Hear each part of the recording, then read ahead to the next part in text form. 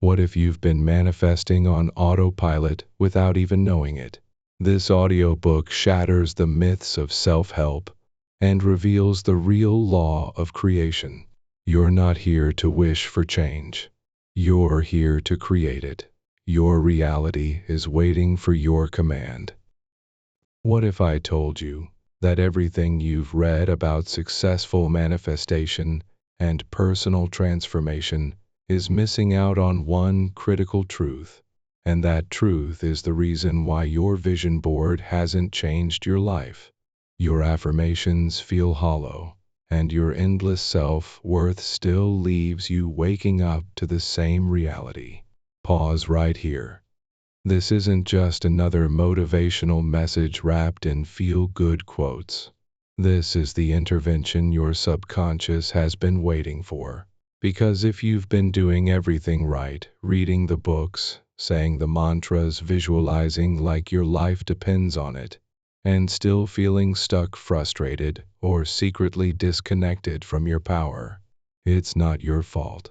You've been trained to consume transformation like entertainment, not to embody it. You've been conditioned to chase goals from the outside in, when the real shift was always meant to start at the source. You. Here's the raw truth no one wants to say. Traditional self-help was never designed to set you free. It was designed to keep you looking, motivated enough to buy but uncertain enough to return, inspired but not activated.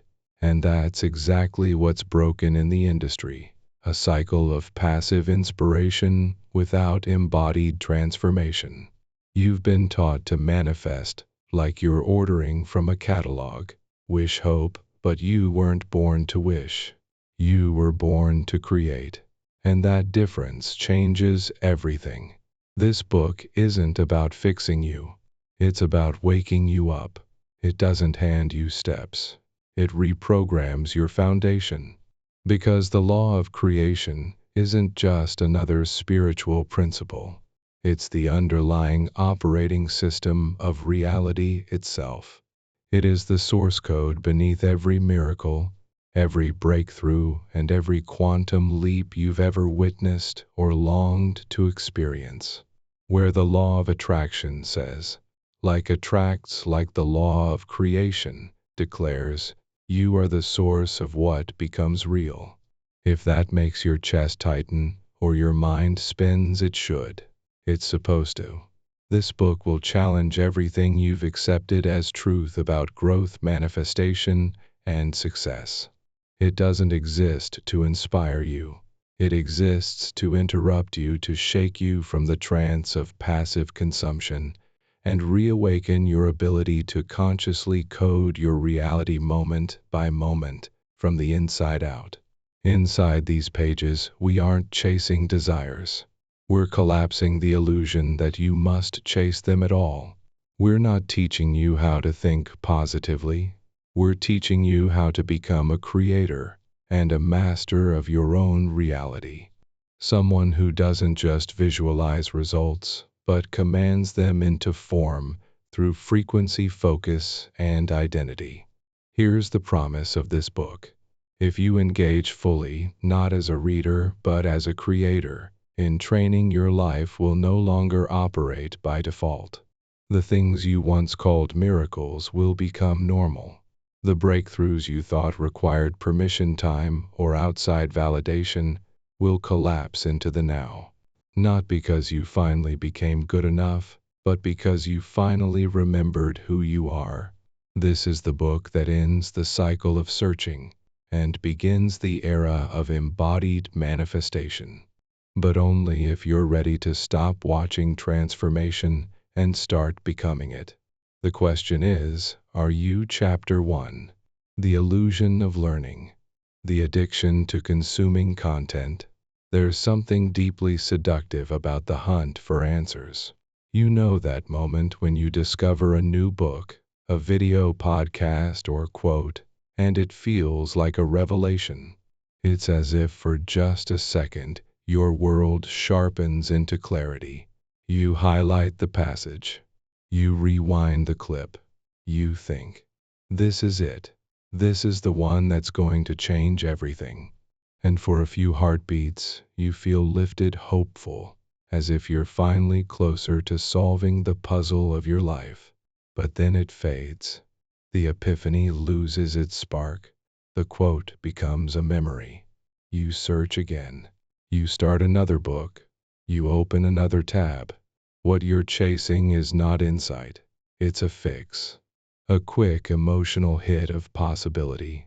The truth is, you're not addicted to growth. You're addicted to consuming growth content, which is not the same thing. In today's world, we are drowning in information, but starved for integration. You're not alone in this. The self-help and spiritual development space is filled with seekers like you, hoping that the next thing they read, watch, or hear will finally crack the code. And the platforms we use, YouTube, Instagram, TikTok, even well-meaning email lists, feed this craving perfectly. Every scroll brings a new insight. Every speaker offers a new promise. And you begin to develop this quiet, unspoken belief that transformation is just one more piece of content away, one more book, one more master class. But deep down, a part of you know, you've already heard most of it. You've read the techniques. You've learned the laws. You've memorized the affirmations. You're not suffering from a lack of knowledge. You're suffering from a lack of embodiment. The insights are trapped in your head, never crossing the bridge into your life. And this is where we confront the illusion of learning. There's a kind of comfort in staying in the consumption loop. It allows you to feel like you're moving without having to confront the discomfort of actual movement. Watching videos about discipline feels like discipline. Reading about self-worth feels like self-worth. But this is a kind of self-soothing, not self-evolving. You're wrapping yourself in the warm blanket of potential instead of stepping into the chill of uncertain progress. And the longer you stay here, consuming, reflecting, hoping, the more you unconsciously train yourself to seek fulfillment through understanding instead of through doing. You become the collector of wisdom, not the wielder of it. You decorate your inner world with ideas, but leave your outer life unchanged. And this is the trap we must escape. Why is knowing isn't the same as doing? Let me ask you something that might sting a little. How many times have you read or heard something and spoken, "Yeah, I know that," only to realize your life shows no evidence of that knowing? We've all done it. We confuse familiarity with mastery. You hear a principle enough times, and it begins to feel like something you've already lived. I know. I should be grateful. I know. I need to act. I know. I'm supposed to visualize.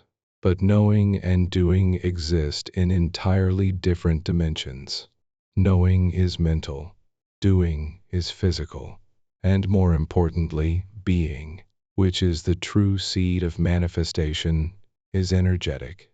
You can know something intellectually and still sabotage it energetically. You can memorize an entire book on confidence and still shrink in real conversations. You can understand abundance and still live from scarcity. Why? Because integration doesn't happen in the head. It happens in practice. Here's a truth. Most content creators won't tell you. Information is cheap. It's everywhere. It's replicable. But transformation, that's rare. That's sacred, and it comes with a cost. Your comfort. That's the trade. Most people stay trapped in the learning loop because it allows them to feel smart, inspired, even feel righteous without ever having to change. To apply what you know means risking failure. It means confronting resistance. It means stepping into situations where your tools are tested and where you may not have control. But that is where real creation begins. In the mess, in the motion, in the moments where you stop trying to know more and instead commit to living what you already know. If knowing were enough, we'd all be rich, healed, happy, and fulfilled. But knowledge alone doesn't change behavior, emotion, and embodiment do. Think about it. A person can know smoking is bad for them and still smoke every day. Someone can know how to lose weight and never change their diet. Why? Because knowledge isn't the catalyst. The activation of knowledge is. That happens when we take what we've learned and bring it into our rituals, our routines, our conversations, our choices, and our identity. That is where the law of creation lives, not in the theory of transformation, but in the tension between intention and execution. So, I want to challenge you. Stop asking, do I know this? And start asking, where am I?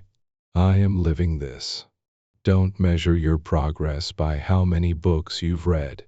Measure it by how many behaviors you've changed, how many hard conversations you've had, how many hours you've shown up, even when you didn't feel like it, how often you've chosen the aligned path instead of the easy one. That's the difference between a reader and a creator, between a consumer of inspiration and a producer of transformation. And the truth is, you're capable of so much more than you've allowed yourself to become. Not because you need more input, but because you need more output. You need to move. You need to do it. You need to live. Breaking the cycle of information overload. Now that we've pulled back the curtain, what do we do with the mess we've revealed? How do we break the loop, disrupt the addiction, and reclaim our power as creators instead of collectors? The first step is awareness. Begin to notice how often you turn to contempt as a form of emotional escape. Are you watching that video because you're seeking alignment or because you're avoiding action? Are you reading that chapter to deepen your practice or to delay your discomfort? It's okay to be honest here. This isn't about guilt, it's about choice. When you realize that your compulsive search for more is rooted in a lack of trust in yourself, you can begin the real work, learning to listen inward instead of constantly looking outward. Once you've become aware, the next step is to create boundaries.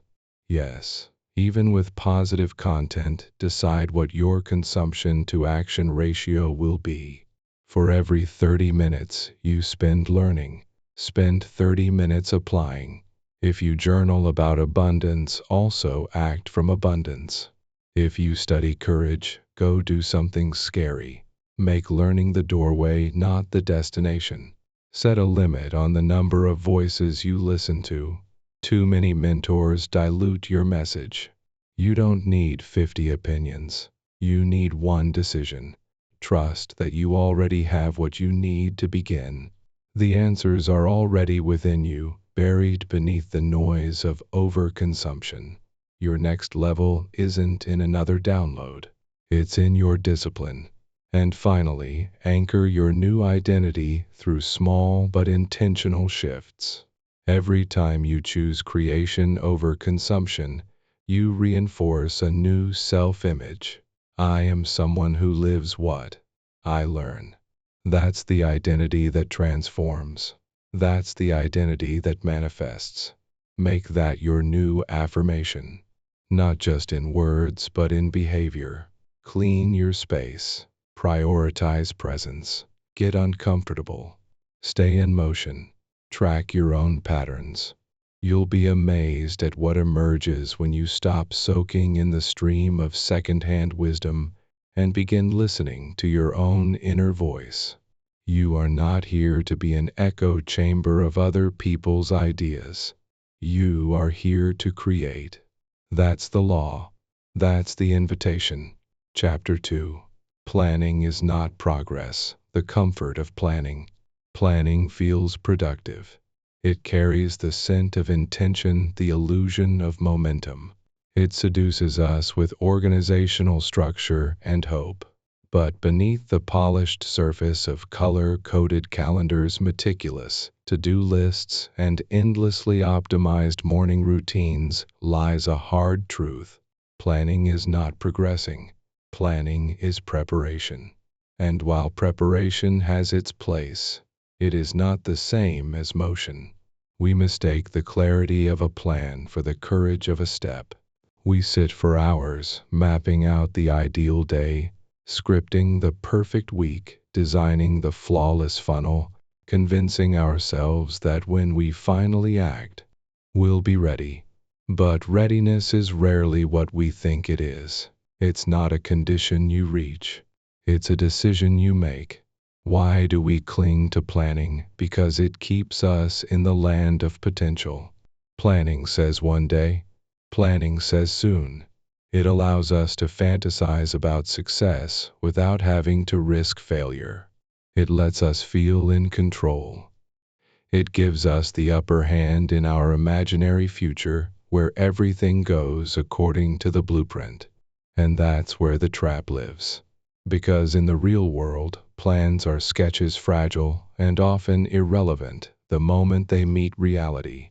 Life responds not to your outline, but to your energy. You can spend hours mapping the perfect launch strategy, but unless you hit publish, you've built nothing. You can design the perfect gym routine, but unless you pick up the weights, you've changed nothing. The plan does not make you stronger. Doing does. This is not an attack on clarity. Clarity is powerful. Direction matters. But we have turned planning into a performance, an elaborate ritual we use to delay the discomfort of starting. We call it being intentional. But often, it's just avoidance, dressed in productivity's clothing. We have glorified structure so much that we forget the structure only matters if it leads to something lived. The law of creation doesn't respond to the plan on your whiteboard. It responds to the energy you put in motion. Planning is important, but only when it leads to execution. Otherwise, it's just another cage built from your own perfectionism. Action as the catalyst. If planning is the spark of intention action, it is the flame that turns it into reality. Nothing happens until something moves. This may sound obvious, but in practice it's rarely embraced. We spend far more time conceptualizing success than creating it. Why? Because action is immediate. It demands vulnerability. It's messy. It strips away the illusion that you're not ready and forces you into the arena of becoming. And that's where the real magic happens. Not in the pristine strategy session, but in the imperfect first step, the shaky launch, the rough draft, the vulnerable post. It's in the doing that the creator is forged. When you act, you give the universe something to work with. Creation requires collaboration between your intent and your execution, between your vision and your voice. You can sit on the couch, visualizing abundance, but until you move toward it, you haven't activated the law. The truth is, energy responds to energy. You get feedback, synchronicity, clarity, confidence, but only after you move. Only when you step out of your mind and into the world does momentum begin to gather around you. Action is not the reward for clarity. It's the creator of it. Most people are waiting for confidence before they act. But confidence is a result of acting. You build it like a muscle through repetition, not contemplation. And this is where so many people stay stuck. They think they need more belief before they begin. But belief often comes from experience. Did not think the first time you speak, publish, pitch, post, or lead you won't feel ready. You'll feel exposed. But each time you do it, something shifts in you. Your nervous system adapts. Your identity evolves. You begin to see yourself not as someone who wants to change, but as someone who does. That shift in identity is the cornerstone of all lasting transformation. When you act, you don't just get results. You get a new reference point for who you are. You start living your potential instead of merely planning it. The fear behind inaction. So, if action is so powerful, so catalytic, why do so many of us avoid it? The answer is simple but profound: fear. Not the kind that screams, but the kind that whispers: fear of judgment, fear of failure, fear of success, fear of being seen. At its core, inaction is rarely about laziness. It's about protection. We don't act because we're trying to shield ourselves from disappointment, from discomfort, from the brutal honesty of feedback. Because when you act, you reveal something. You put your energy on the line. You open yourself to being witnessed. And in doing so, you become vulnerable. Vulnerability is the price of authenticity. And authenticity is the path to manifestation. Many of us carry silent stories that keep us from starting. Stories like, what if? I'm not good enough. What if I try and fail? Or even more subtly, what if it works and I can't handle it? These narratives operate like invisible walls. They shape our behavior without our consent. And the worst part, they often sound reasonable. I'm just waiting for the right time. I need to get more organized first. I want to make sure I'm clear. These are not truths. These are defense mechanisms. They fear wearing the mask of logic. And the only way to expose that fear is to move in spite of it. Action is how you dismantle the lie that you're not ready. It's how you prove to yourself that you can survive being seen. Here's what most people don't realize. The moment you act, your fear loses power. Not because fear goes away, but because your identity expands. You prove to yourself that you can feel fear and still move, that you can feel doubt and still decide, that you can be uncertain and still create. This is the ultimate alchemy. You are no longer someone thinking about change. You become someone embodying it. Every act of courage, no matter how small, it chips away at the old self and carves space for the new one. That's how transformation happens. Not in the mind, but in the motion. You don't need more perfect plans. You need imperfect action. You don't need more content. You need more courage. You don't need to feel ready. You need to be in motion.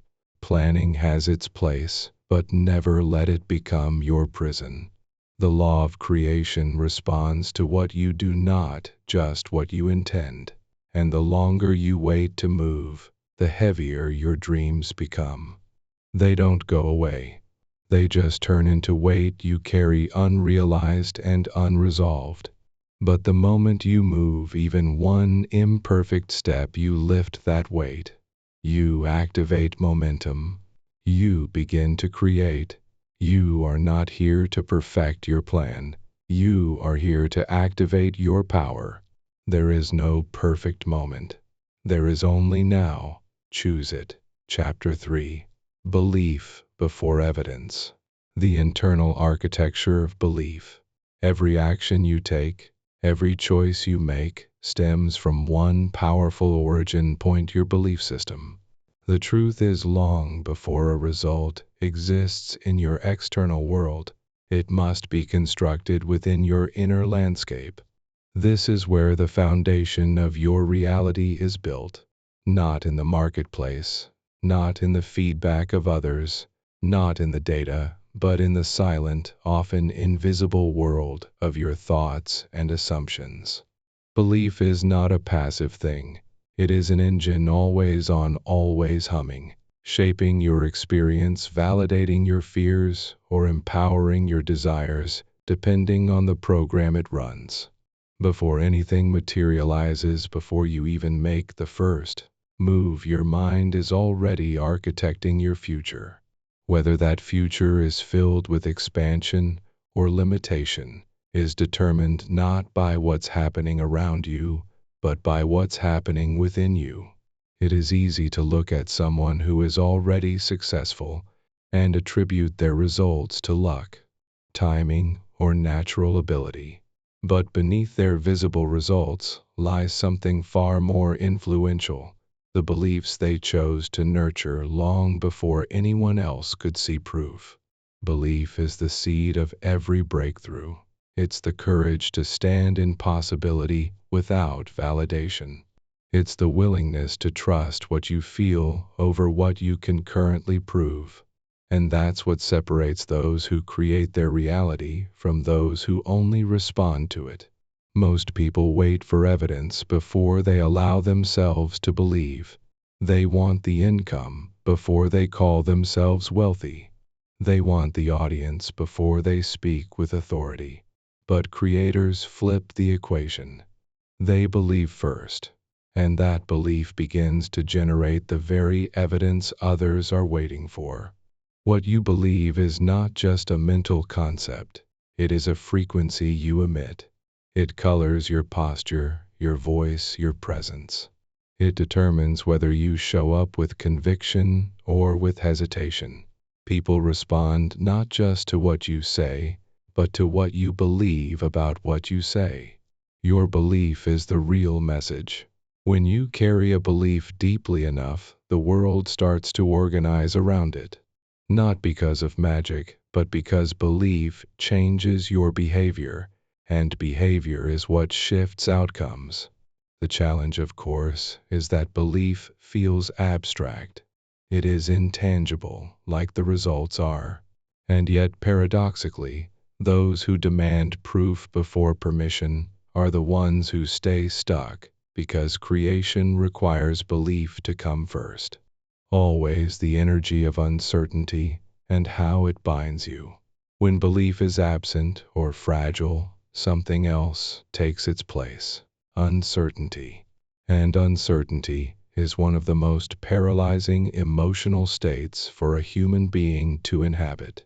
Not because it hurts like fear or burns like anger, but because it dulls you. It robs you of clarity.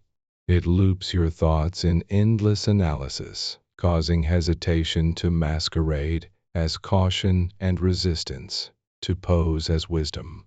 Uncertainty doesn't shout whispers. It suggests that now might not be the right time, that you should wait for more information, that someone else probably knows better. But the worst part is responsible.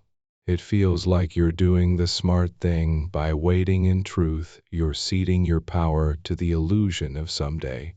Uncertainty is the space where your inner critic thrives. When you don't believe in your direction, you open the door to every old story that's ever tried to protect you. Stories that say you're not capable, not smart enough, not original enough, not worthy. These thoughts don't feel like lies because they come wrapped in familiarity. They speak in your voice, echoing from your past, tethered to moments where you did hesitate, or did fail, or didn't get chosen. But the problem isn't that you once doubted yourself. The problem is that you build an identity around those doubts. And until that identity is dismantled, every opportunity you face will feel like a risk instead of a right. The most dangerous thing about uncertainty is that it feels like truth, but it isn't. It's a lack of decision. It's a gap waiting to be filled by belief. When you hesitate to move forward because you don't know enough, what you're really saying is that you haven't decided to trust yourself. That's the heart of it. Belief isn't about facts, it's about commitment. Commitment to a direction. Commitment to yourself. Once you decide, you generate momentum. But without that inner decision, you remain energetically divided, 1 foot in, 1 foot out. And divided energy creates scattered results. Clarity doesn't come from thinking more. It comes from choosing more powerfully. Belief is a choice before it is certainty. Embodying the future before it arrives. What does it actually look like to believe before there's evidence? It means showing up as the version of yourself who already has the result. Now, not waiting to be chosen, validated, or proven right. It means letting the future shape your behavior today. This is not pretending. This is embodiment. Pretending is surface-level performance, but embodiment is an internal alignment. It's when your identity evolves ahead of your circumstances. And this, more than any tactic, is what creates transformation. Because when you are the person, before you see the proof becomes inevitable. Your decisions change. Your presence deepens. Your energy becomes undeniable. Embodying your future self means making decisions from expansion, not limitation. Instead of asking what can I agree to, you ask what aligns with where I'm going. Instead of asking what will keep me safe, you ask what will stretch me into more of who I'm here to be. Most people let their current bank account decide their future, or their follower count, or their resume. But those are just echoes of who you've been. Creation doesn't come from the echo. It comes from the source. And you are that source. The moment you begin acting from belief, not in fantasy, but in grounded, energetic alignment, you begin altering the trajectory of your life, not in months or years, in moments. The resistance most people feel to embodying their future self comes from a fear of looking foolish. Who am I speak like a leader when no one's listening? Who am I to charge that price? Write that book. Share the truth. But these questions are only intimidating if you believe your current evidence defines your worth. It doesn't. Worth is not something you earn by checking boxes. Worth is something you reclaim by remembering who you already are. When you stop asking for permission to be powerful, you start realizing that belief isn't a leap. It's a return to a version of you that never doubted, never hesitated, never questioned if she was enough. That version is not a fantasy. She's a frequency, and you can tune to her now. You cannot create from a state of waiting, waiting for clarity, waiting for evidence, waiting for someone else to believe first. All of it delays the unfolding of your own potential.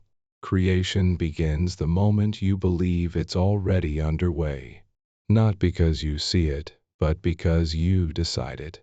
Every great achievement, every iconic leader, every movement that ever shifted the world began with one person who believed before anyone else did. That belief lit a fire the world could not ignore. And that same power lives in you, not someday. Now, Chapter 4 is the emotional blueprint. Designing from feeling first, emotions as signals, not side effects. When most people think about manifesting their desires, they imagine vision boards, affirmations, or clever strategies. But what lies beneath all of these tools is the true initiator of reality, is emotion. Emotion is the invisible ink on the blueprint of your life. It writes silently, but with permanence.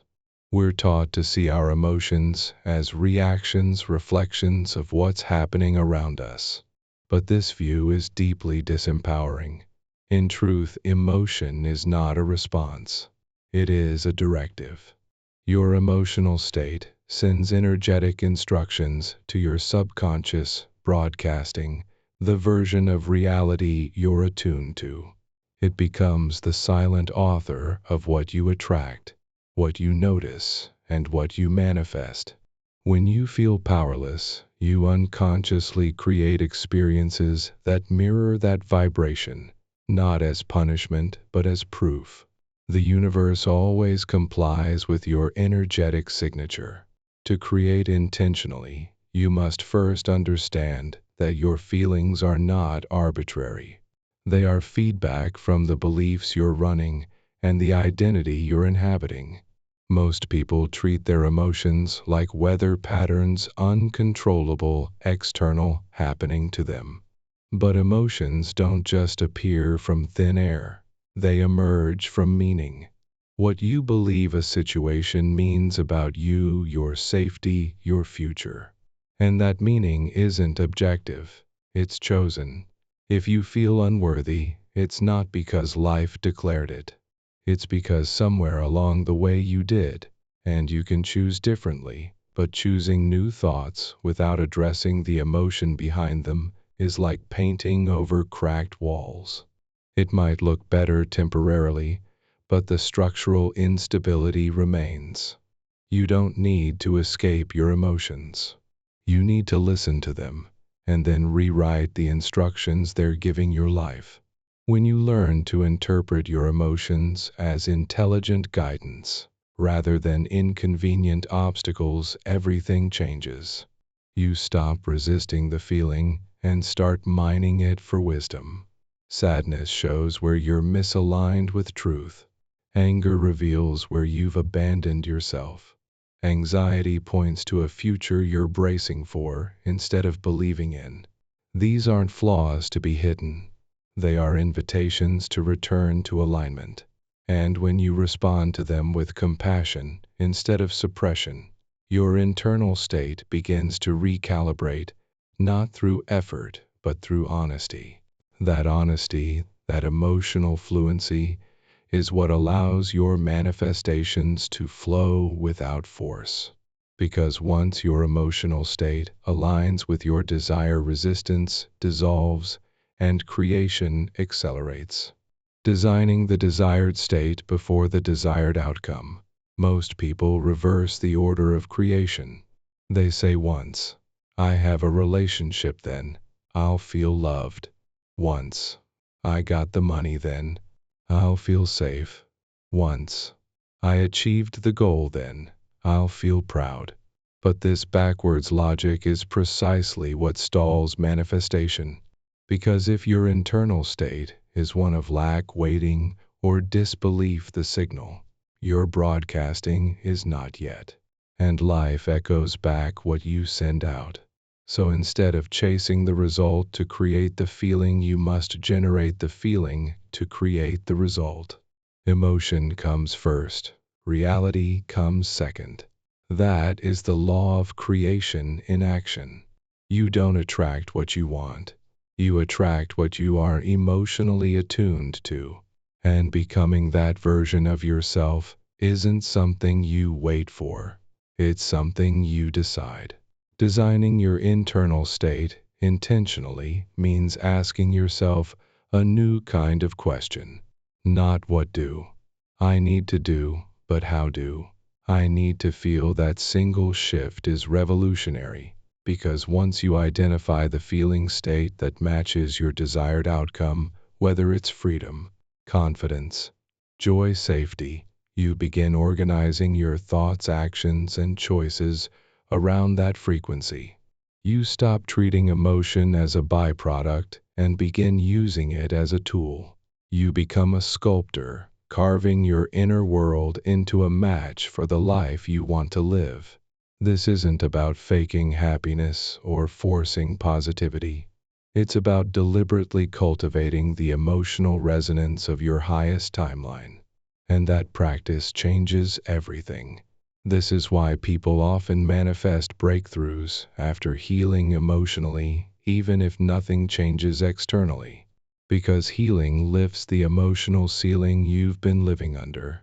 It frees up space for new energy to move in. Emotion is energetic currency. And when you carry emotional debt, unprocessed pain, guilt, shame, you operate from scarcity. Even if you're trying to manifest abundance, that internal incongruence creates static in your signal. But when you take the time to identify the emotional frequency of your desire and practice feeling that state through imagination, gratitude, movement, or presence, you begin broadcasting a clear, powerful message to life itself.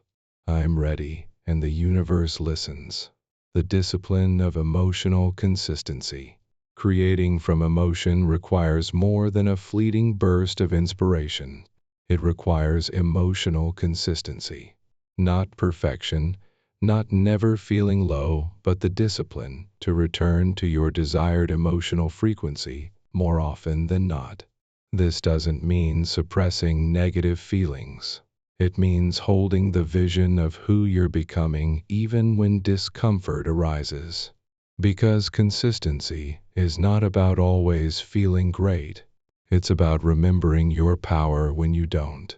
Emotional mastery isn't the absence of struggle. It's the presence of self-leadership in the midst of it. It's the ability to anchor yourself in the chosen emotion again and again until it becomes your new normal. Emotional consistency builds energetic momentum. Imagine turning a radio to a specific station. If you keep switching frequencies, the music keeps cutting out. But when you stay locked in the signal, strengthens, the volume increases, and the message comes through clearly. The same is true for your emotional state. If you keep jumping between belief and doubt, joy and fear, excitement and resignation, you fragment your energy. But when you remain emotionally congruent with your vision, even when results are still invisible, you build a frequency strong enough to shape matter. You become magnetic, not because you force outcomes, but because your energy becomes irresistible to that which matches it. Practicing emotional consistency requires awareness and commitment. It means noticing when you've slipped into old emotions and gently redirecting yourself, not with judgment, but with intention. This might look like rewriting a narrative you've been rehearsing in your head. It might mean choosing gratitude over cynicism. It might mean pausing to breathe instead of reacting. These are micro choices, but they carry macro impact because every time you choose the feeling state of your desired self, you reinforce that identity. You make it real, and over time it becomes effortless. Emotion, once a reaction, becomes a habit, a chosen default, a frequency you live from, not reach for. And that's when creation becomes automatic. The truth most people miss is this. You don't need more motivation, more hustle, or more strategy. You need more alignment. And alignment starts emotionally.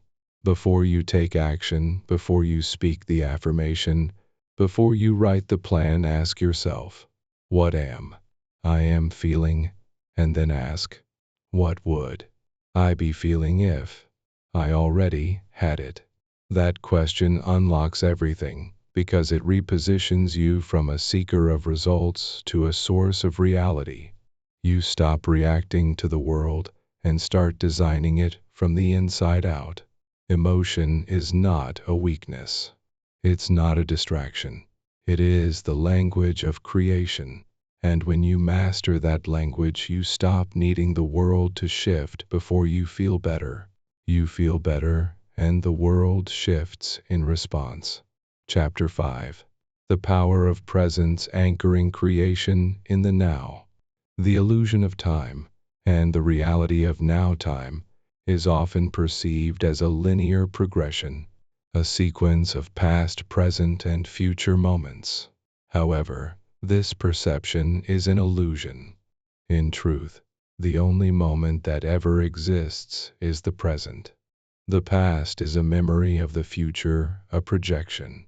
Both are constructs of the mind. When you dwell on the past, you relive memories that no longer exist. When you worry about the future, You engage with scenarios that have not yet occurred. Neither state allows you to harness the creative power inherent in the now. The present moment is the point of power. It is the only time when you can take action, make choices, and influence outcomes. By anchoring yourself in the now, you align with the flow of life and open yourself to infinite possibilities. This alignment is not about ignoring the past or denying the future. It is about recognizing that your ability to create and manifest resides solely in the present. When you fully inhabit the now, you become a conscious participant in the unfolding of your reality. Living in the present requires mindfulness and intentionality. It involves observing your thoughts without attachment, acknowledging your emotions without judgment, and engaging with your surroundings with full awareness. This state of presence allows you to respond to life with clarity and purpose, rather than reacting out of habit or fear. By cultivating presence, you tap into the creative energy that shapes your experiences and brings your desires into form. The role of awareness in conscious creation. Awareness is the foundation of conscious creation. It is the ability to observe your thoughts, emotions, and behaviors without becoming entangled in them. When you are aware, you can identify limiting beliefs, recognize self-sabotaging patterns, and choose responses that align with your highest intentions. Awareness empowers you to break free from unconscious programming and step into your role as the deliberate creator of your life. Developing awareness requires practice and patience. It involves turning inward, quieting the mind, and paying attention to the subtle cues of your inner world. Meditation, journaling, and mindfulness exercises are powerful tools for enhancing awareness. These practices help you become more attuned to your thoughts and feelings, allowing you to discern which ones serve your growth and which ones hinder it. As your awareness expands, you begin to notice the interconnectedness of all things. You see how your thoughts influence your emotions, how your emotions drive your actions, and how your actions shape your reality. This understanding fosters a sense of responsibility and empowerment. You realize that by shifting your internal state, you can transform your external circumstances. Awareness becomes the key that unlocks the door to intentional living and purposeful creation. Embodying presence through daily practice. Embodying presence is not a one-time event. It is a continuous practice that requires commitment and consistency. To live in the now, you must integrate presence into your daily life. This integration involves creating rituals and habits that anchor you in the present moment and reinforce your connection to your inner self.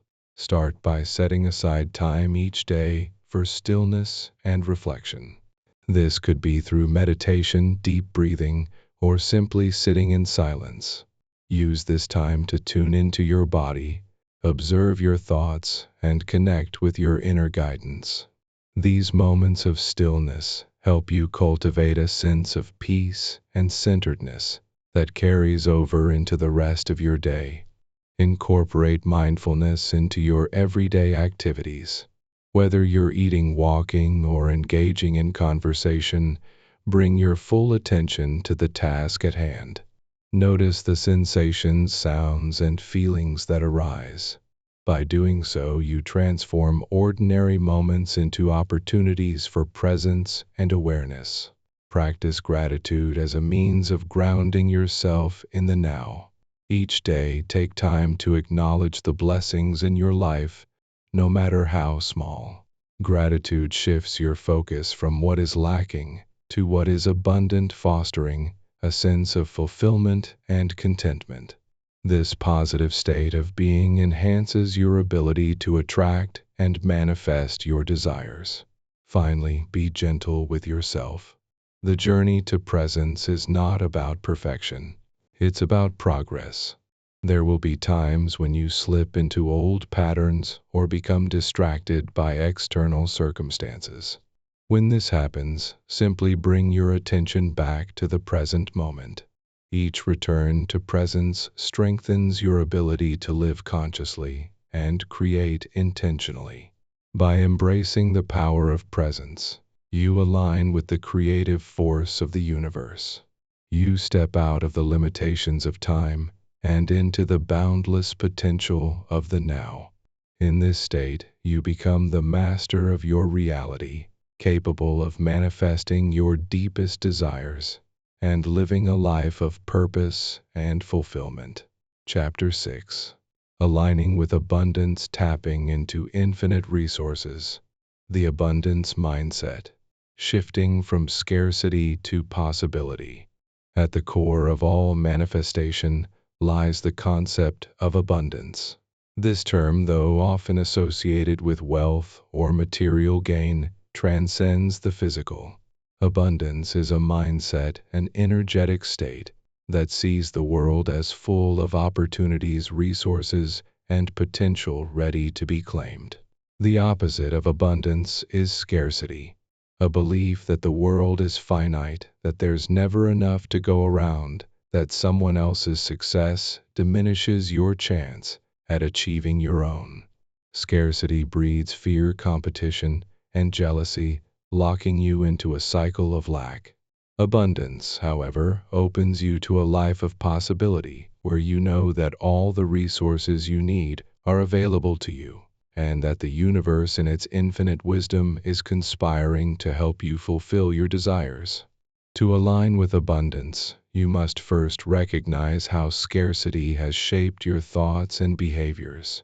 It may show up as a fear of not having enough time, money, love, or opportunities.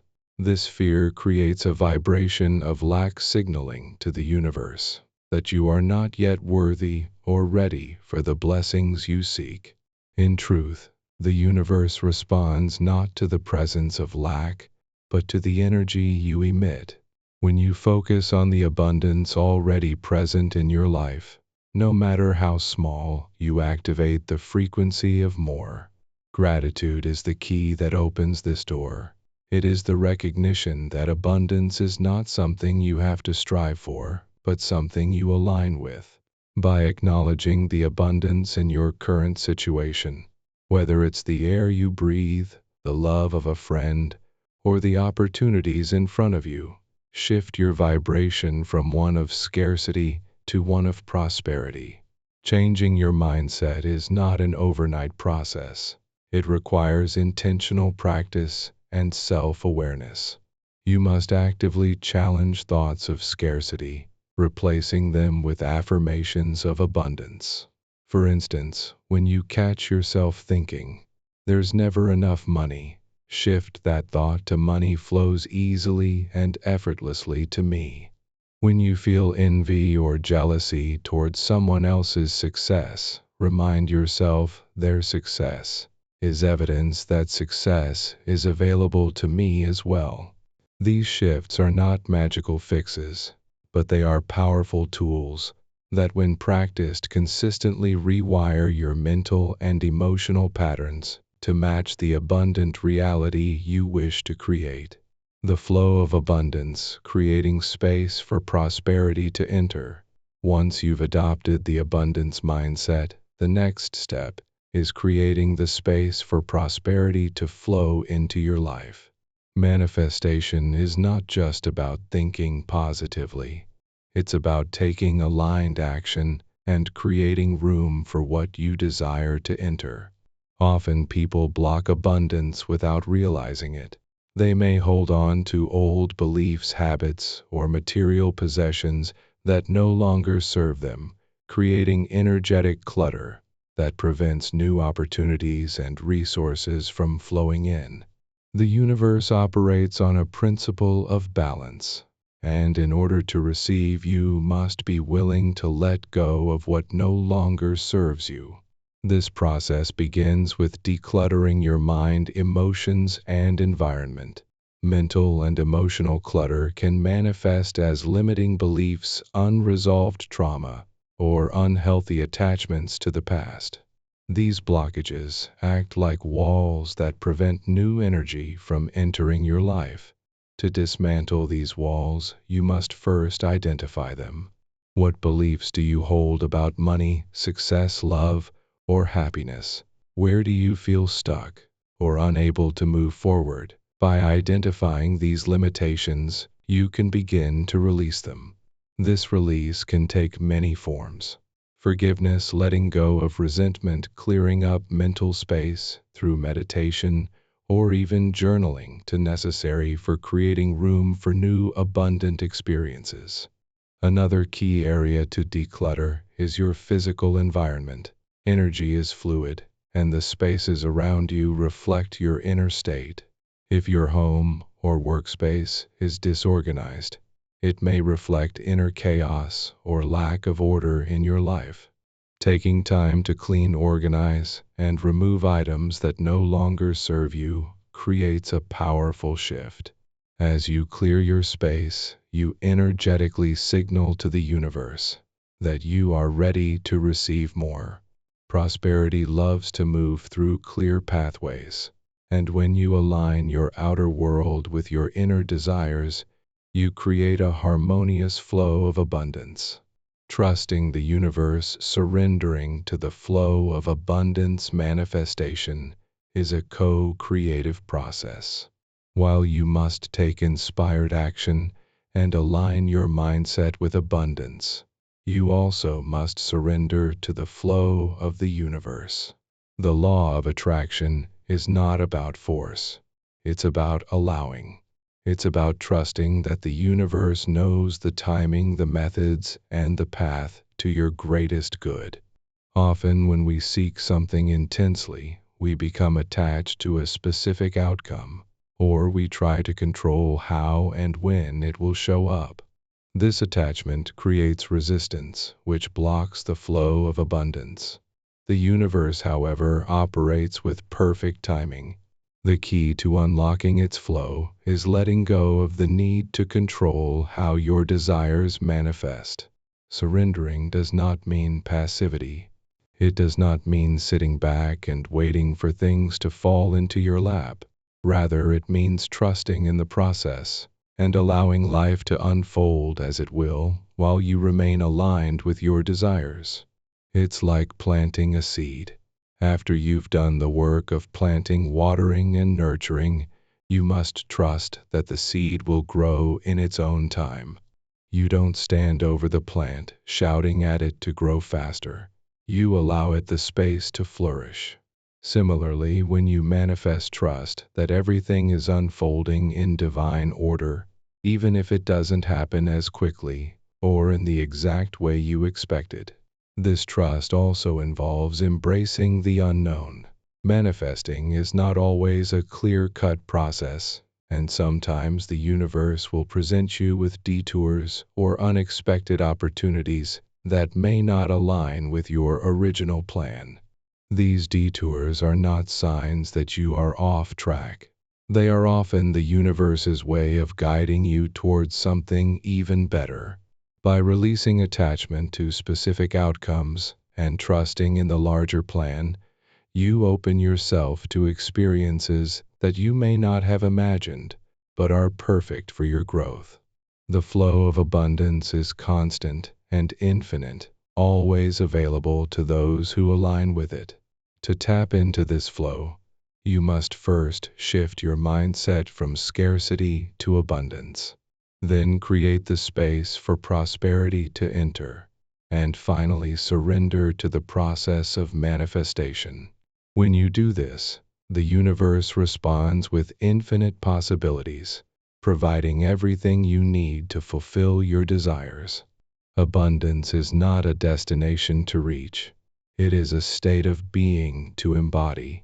And when you step into that state, the universe will mirror your prosperity in countless ways. Chapter 7. The Law of Alignment, Harmonizing Your Energy with Your Desires. Understanding alignment. Energy as the bridge between desire and manifestation. Alignment is a critical, yet often misunderstood aspect of manifestation. In simple terms, alignment is the state where your thoughts, emotions, beliefs, and actions harmonize with your desires. This alignment is not merely about wishing for something and hoping it will materialize. It is about becoming a vibrational match to what you want to create. The universe operates on energy, and everything in existence vibrates at a specific frequency. Your thoughts and emotions are no exception. They emit frequencies that attract similar energies into your life. Thus, in order to manifest what you desire, you must align your energy with the energy of that desire. The idea of alignment can be compared to tuning a musical instrument. If you want to play a perfect note, your instrument must be tuned to the right pitch. Similarly, if you want to manifest a specific outcome, you must tune your thoughts, feelings, and actions to the frequency of that outcome.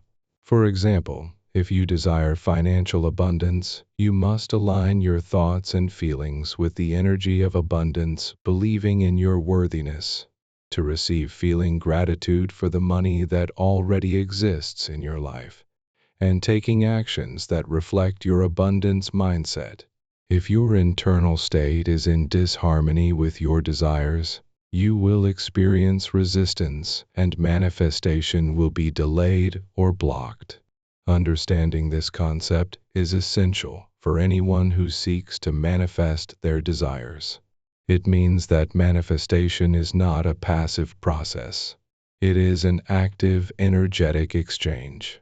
When you align with your desires, the universe begins to mirror your internal state by bringing circumstances, opportunities, and people into your life that match the frequency you are emitting. Alignment then is the key that unlocks the door to your dreams. It is the energetic bridge between where you are now and where you want to be. By consciously aligning your inner world with your desired outcome, you step into the flow of creation and allow the universe to work in your favor. Cultivating alignment through self-awareness and introspection. Achieving alignment requires deep self-awareness and introspection. This process involves looking inward and honestly assessing your thoughts, beliefs, and feelings. Most people go through life unconsciously operating on autopilot, based on past experiences, societal conditioning, and inherited beliefs. These unconscious patterns often create misalignment between your desires and your energy. To achieve alignment, you must first uncover and address these limiting beliefs and thought patterns that hold you back. Begin by taking the time to understand your relationship with yourself and with your desires. Ask yourself, what beliefs do I have about success, love, abundance, and happiness? Do I believe I am worthy of these things, or do I carry the hidden belief that I do not deserve them? What fears or insecurities arise when I think about pursuing my desires? These questions are crucial because they help you uncover the subconscious blocks that prevent alignment. Often our subconscious beliefs are the result of childhood experiences, societal influences, or past traumas that we carry into adulthood without even realizing it. These beliefs shape the way we perceive the world and influence our behavior in ways that either support or hinder our manifestations. Once you have identified these limiting beliefs, the next step is to transform them. This can be done through various techniques such as affirmations, visualization, and cognitive reframing. Affirmations help reprogram your mind by replacing negative or limiting thoughts with empowering ones. Visualization allows you to vividly imagine yourself already living your desired reality which aligns your emotional state with that vision. Cognitive reframing involves consciously changing the meaning of an experience, allowing you to release old emotional patterns and embrace new supportive beliefs. Through consistent introspection and self-awareness, you begin to cultivate an internal environment that supports your desires, creating a strong foundation for alignment. The power of inspired action moving beyond thought to manifestation. While alignment is essential, it is only one piece of the puzzle. To truly bring your desires into reality, you must take inspired action. Inspired action is different from forced or rushed action. It is action that comes from a place of clarity, passion, and alignment. When you are aligned with your desires, you will naturally feel compelled to act in ways that support the manifestation process. This is where the universe works with you. Once you have tuned your energy to the frequency of your desires, the path forward will unfold naturally. The key is to trust your intuition and take steps that feel right in the moment, even if they don't always make logical sense at first. Taking inspired action means following the nudges and insights that arise from within you. This could manifest as a sudden urge to reach out to someone, take a different route home, or apply for a job you hadn't considered before. These seemingly small actions, when followed through with intention, lead to synchronicities and opportunities that align with your desires. Manifestation is not just about sitting back and waiting for things to happen. It is about being actively involved in the creation process. The universe cannot work with you if you are sitting idly. You must take action that reflects your commitment to your goals, even when the path is not yet clear. Inspired action also requires trust. There will be moments of uncertainty when you don't know exactly how things will unfold or when your desires will manifest. During these moments, it's crucial to stay aligned, remain patient, and continue to take small steps forward. Trust that the universe is working in your favor, and know that every action you take is bringing you closer to your manifestation. Inspired action is an expression of your faith in the process of creation. By taking aligned steps, you reinforce your commitment to your desires and strengthen your connection to the creative energy of the universe. Alignment is the foundation of all successful manifestation. It is the act of harmonizing your inner world with the desires you wish to create in your outer world. To align with your desires, you must first understand the energetic nature of the universe and the importance of becoming a vibrational match to your goals. This requires deep self-awareness, introspection, and the willingness to release old beliefs and patterns that no longer serve you.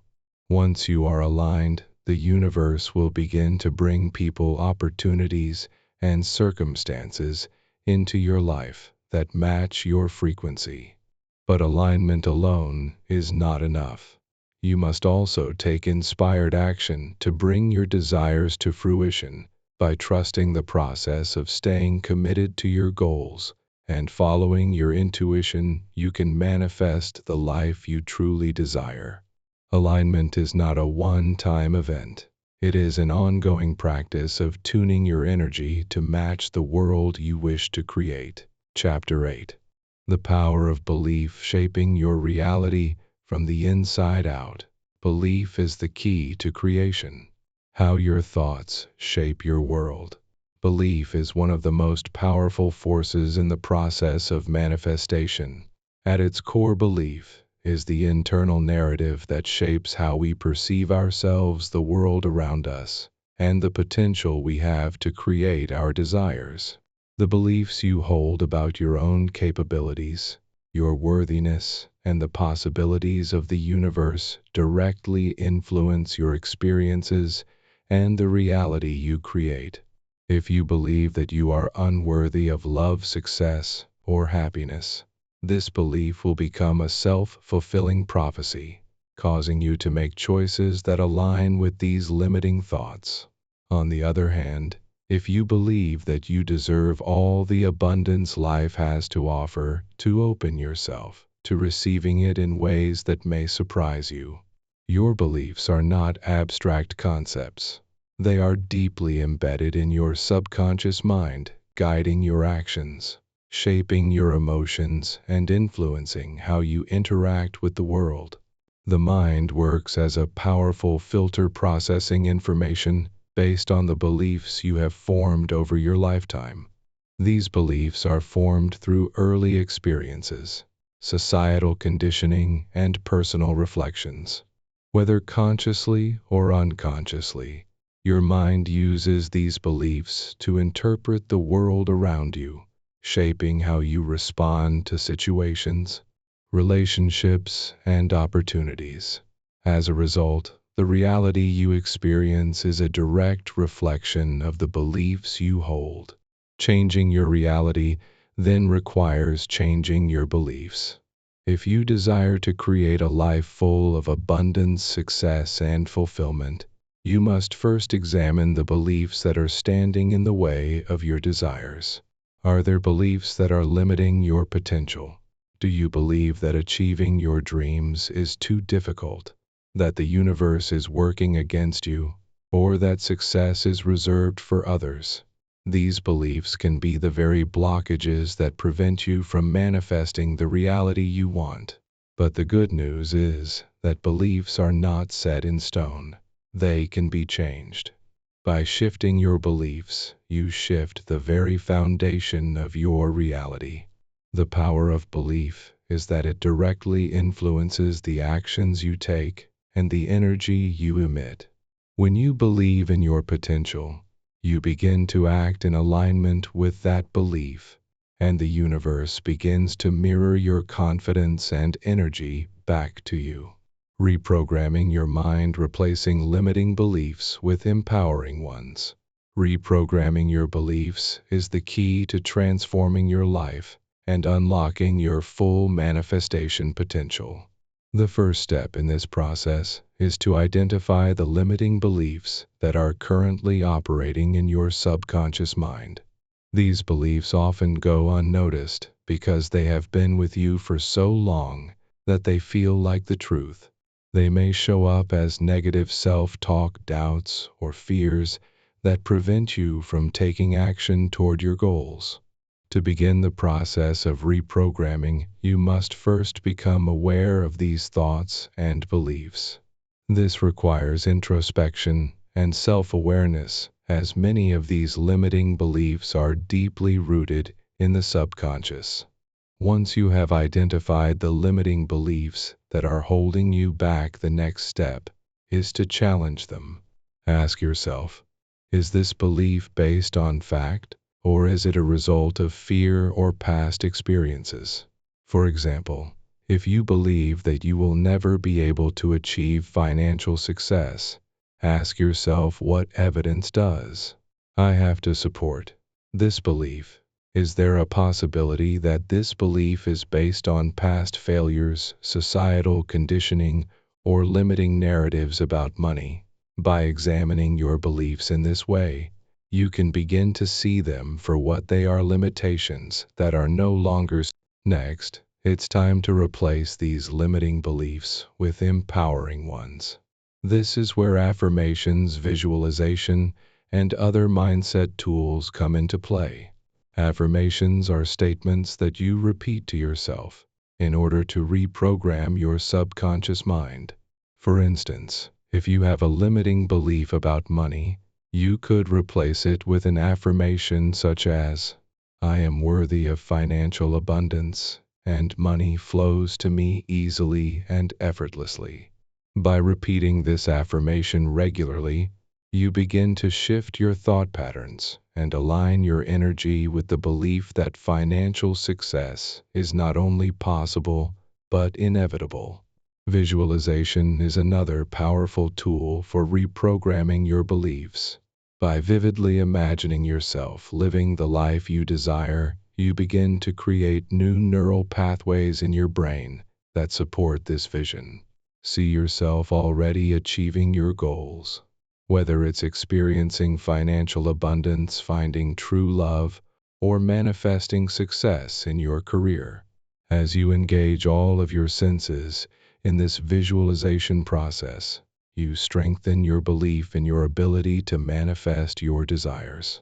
The more you visualize and affirm your new empowering beliefs, the more your subconscious mind begins to accept them as truth.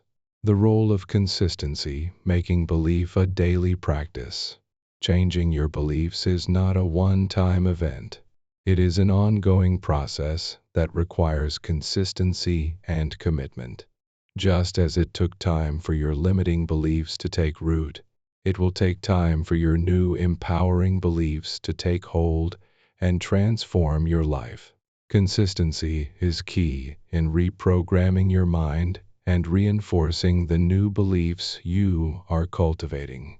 Each day you have the opportunity to strengthen your new beliefs through the thoughts you think, the actions you take, and the words you speak. Start by integrating your new beliefs into your daily routine. This can be done through the use of affirmations, journaling, and visualization. Take a few moments each day to affirm your worth, your potential, and your ability to create the life you desire. Write down your goals as well as the beliefs that support them. By consistently engaging in these practices, you begin to rewire your brain and create new thought patterns that are in alignment with your desires. Another important aspect of consistency is taking aligned action. Your beliefs must be supported by your actions in order to manifest your desires.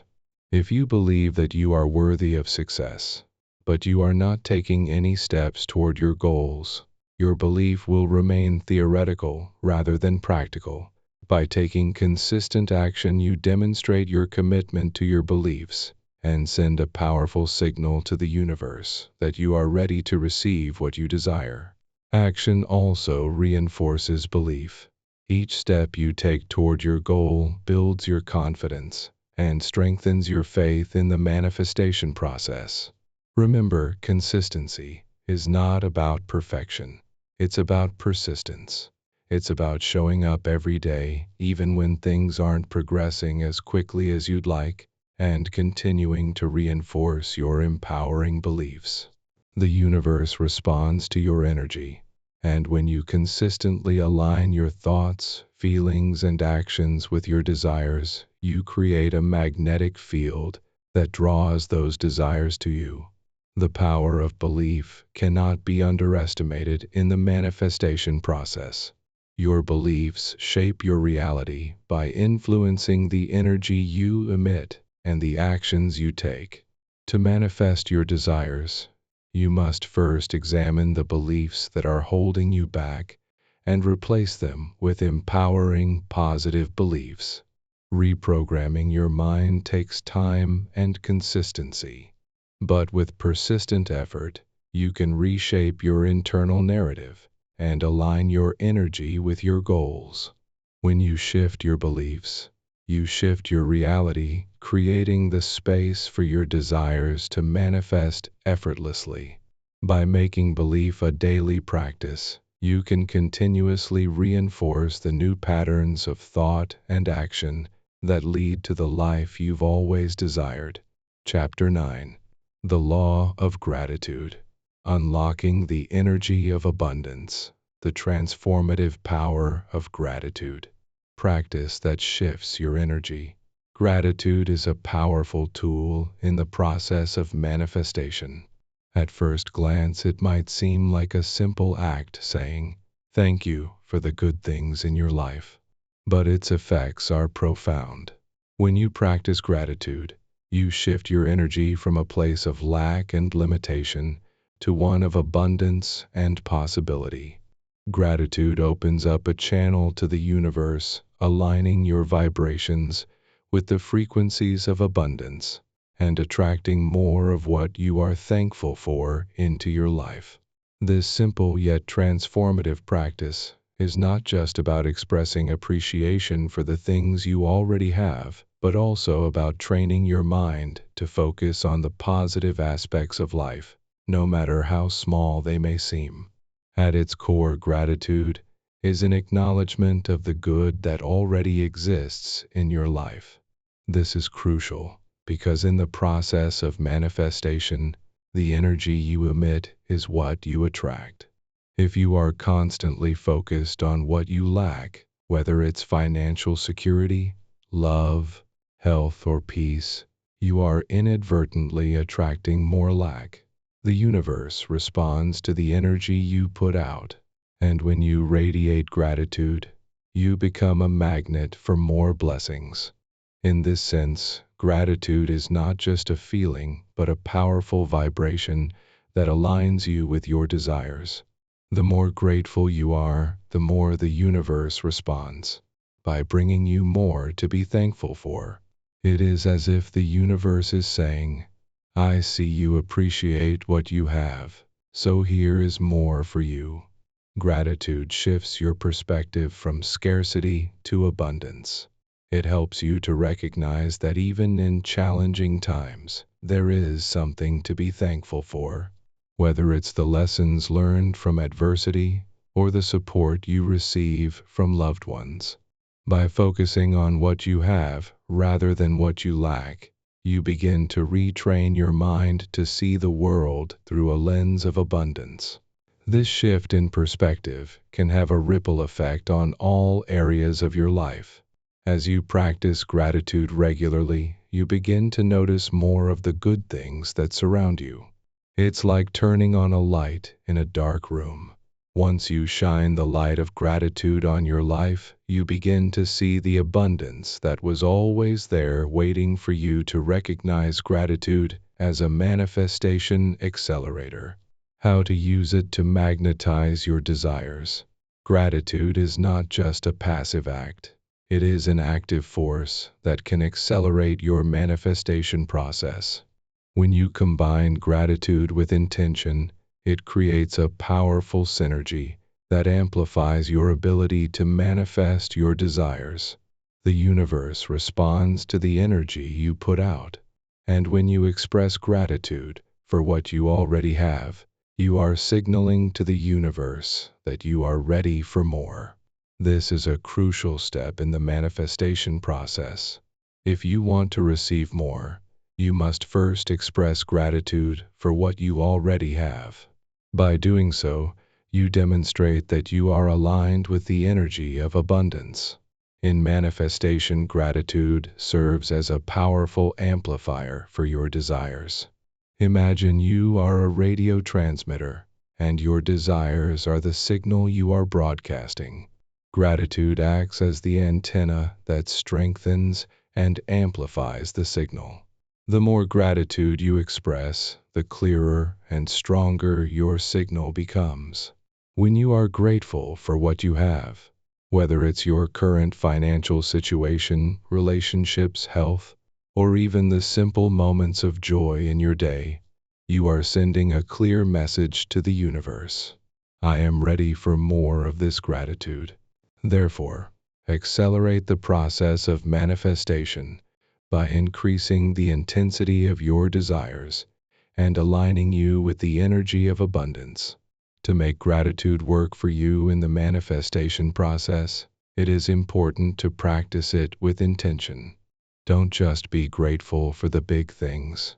Be grateful for the small, everyday moments as well. This creates a constant flow of positive energy that the universe can respond to. Start by taking a few moments each day to reflect on what you are thankful for. The more specific you can be with your gratitude, the more powerful it will be. For example, instead of just saying, I am grateful for my health, I am grateful for the strength and vitality of that I feel in my body today. This level of specificity helps to amplify your gratitude and increase the clarity of your intentions. By combining gratitude with intention, you create a magnetic energy that draws your desires closer to you, allowing them to manifest with greater ease and speed. The daily practice of gratitude, cultivating a mindset of abundance. Gratitude is not just something you do when you feel like it. It is a mindset that must be cultivated through daily practice. The more you make gratitude a part of your everyday life, the more you begin to see its transformative effects. This daily practice does not need to be complicated. It can be as simple as setting aside a few moments each day to reflect on the things you are thankful for. Over time, this consistent practice will rewire your brain to focus on the positive aspects of your life, making you more aware of the abundance that already surrounds you. One of the most effective ways to cultivate gratitude practice is to keep a gratitude journal. Each day it takes a few moments to write down 3 to 5 things you are grateful for. These can be big or small. Perhaps you're grateful for a kind gesture from a friend, a moment of peace in your day, or the opportunity to work towards your goals. As you write down your gratitude, really takes the time to feel the emotion behind it. The more emotion you attach to your gratitude, the more powerful the energy becomes. When you express genuine appreciation for the things you have, you reinforce the belief that you are worthy of receiving more. Another way to incorporate gratitude into your daily life is to practice it in the present moment. Instead of waiting for something big to be thankful for, finding gratitude in the everyday experiences that make up your life. When you wake up in the morning, express gratitude for the opportunity to begin a new day. When you eat a meal, be thankful for the nourishment it provides. When you interact with others, express gratitude for their presence in your life. The more you practice gratitude in these small moments, the more you begin to shift your energy toward abundance. This constant focus on gratitude helps to strengthen your connection to the universe and aligns you with the vibration of abundance. By making gratitude a daily practice, you begin to reprogram your mind and your energy. You start to notice the positive aspects of your life more frequently, which creates a powerful momentum that draws more of what you desire into your reality. Gratitude not only shifts your energy, but also helps you stay grounded in the present moment, preventing you from getting caught up in worries about the future or regrets about the past. It's a practice that keeps you connected to the beauty of the present and the abundance that is always available to you. Gratitude is more than just practice. It is a powerful tool for manifestation. By focusing on what you have and expressing appreciation for it, you align yourself with the energy of abundance and open the door to receiving more.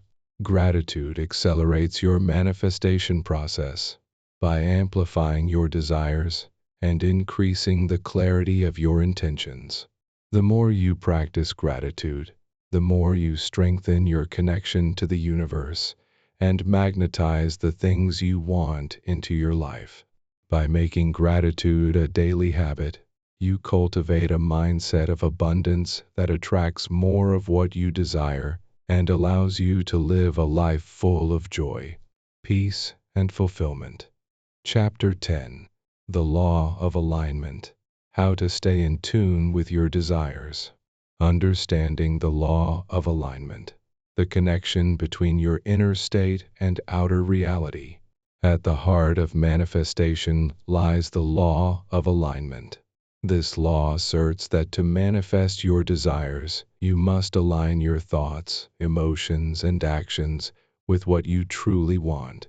The universe is always in a state of constant motion, and so are you. The law of alignment dictates that your personal energy must resonate with the energy of the things you wish to create. In other words, If you want to manifest a life of abundance, love, and peace, you must cultivate an inner state that reflects those qualities. This inner alignment is what bridges the gap between your current reality and the life you desire. When you are aligned with your desires, you are in a state of energetic coherence, which allows the universe to respond with the circumstances, opportunities, and people that match your vibrational frequency. Think of it like a radio station. If you want to tune in to a specific channel, you need to adjust the dial to match the frequency of that station.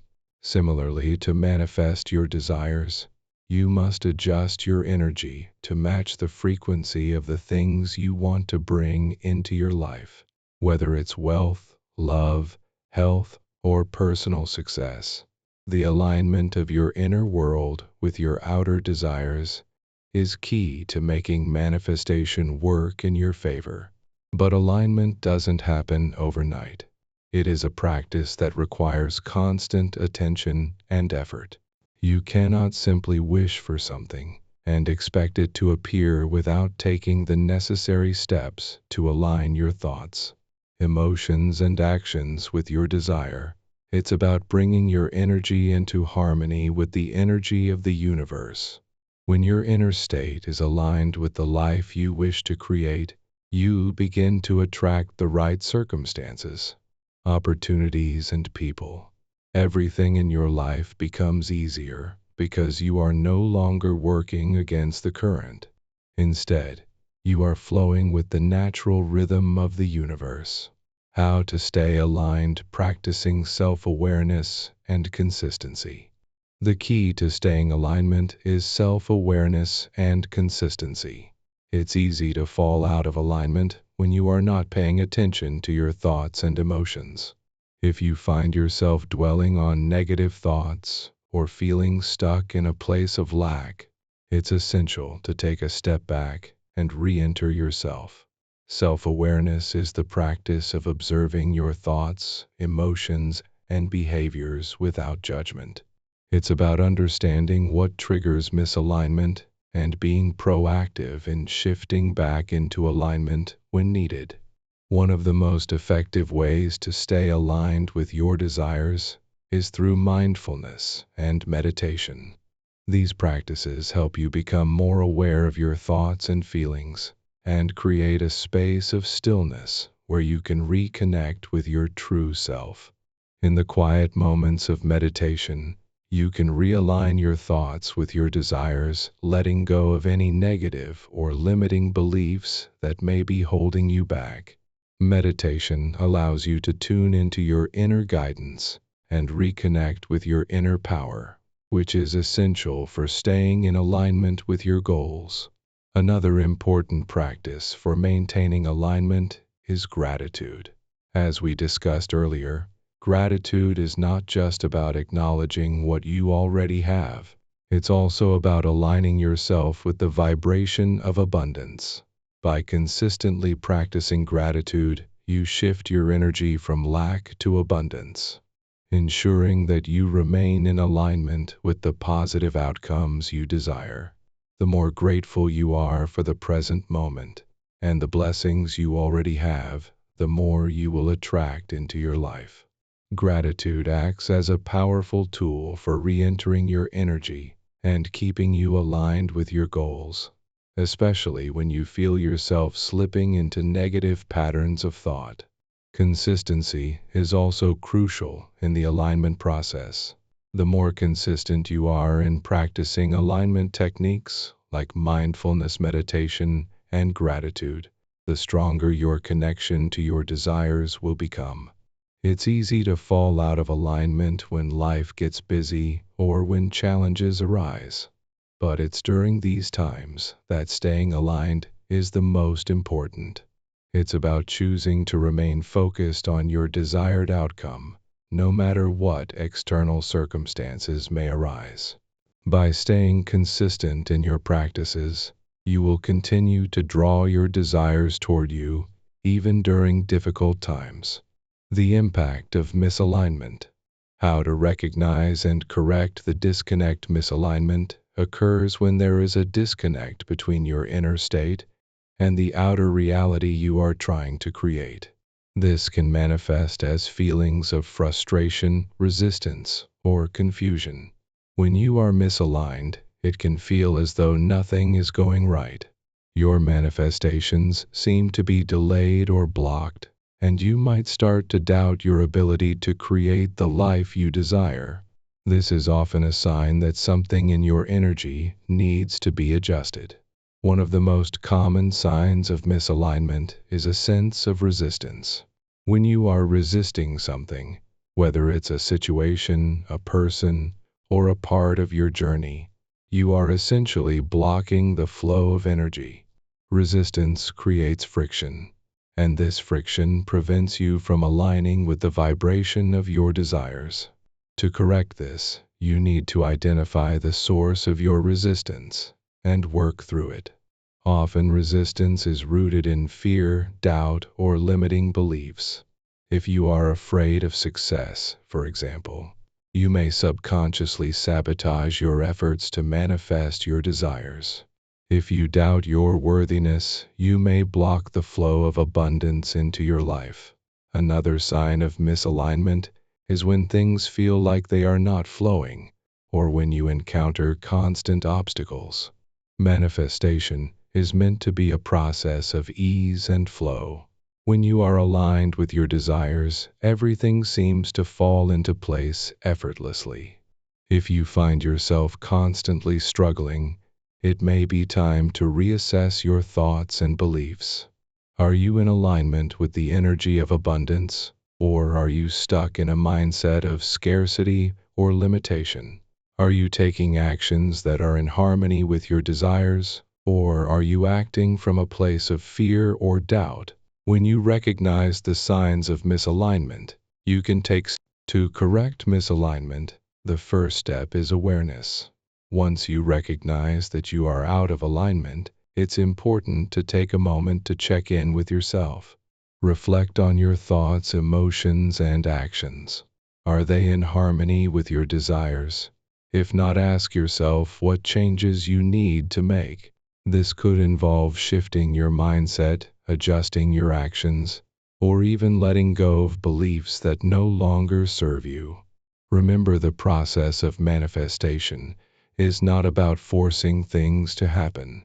It's about aligning yourself with the natural flow of energy.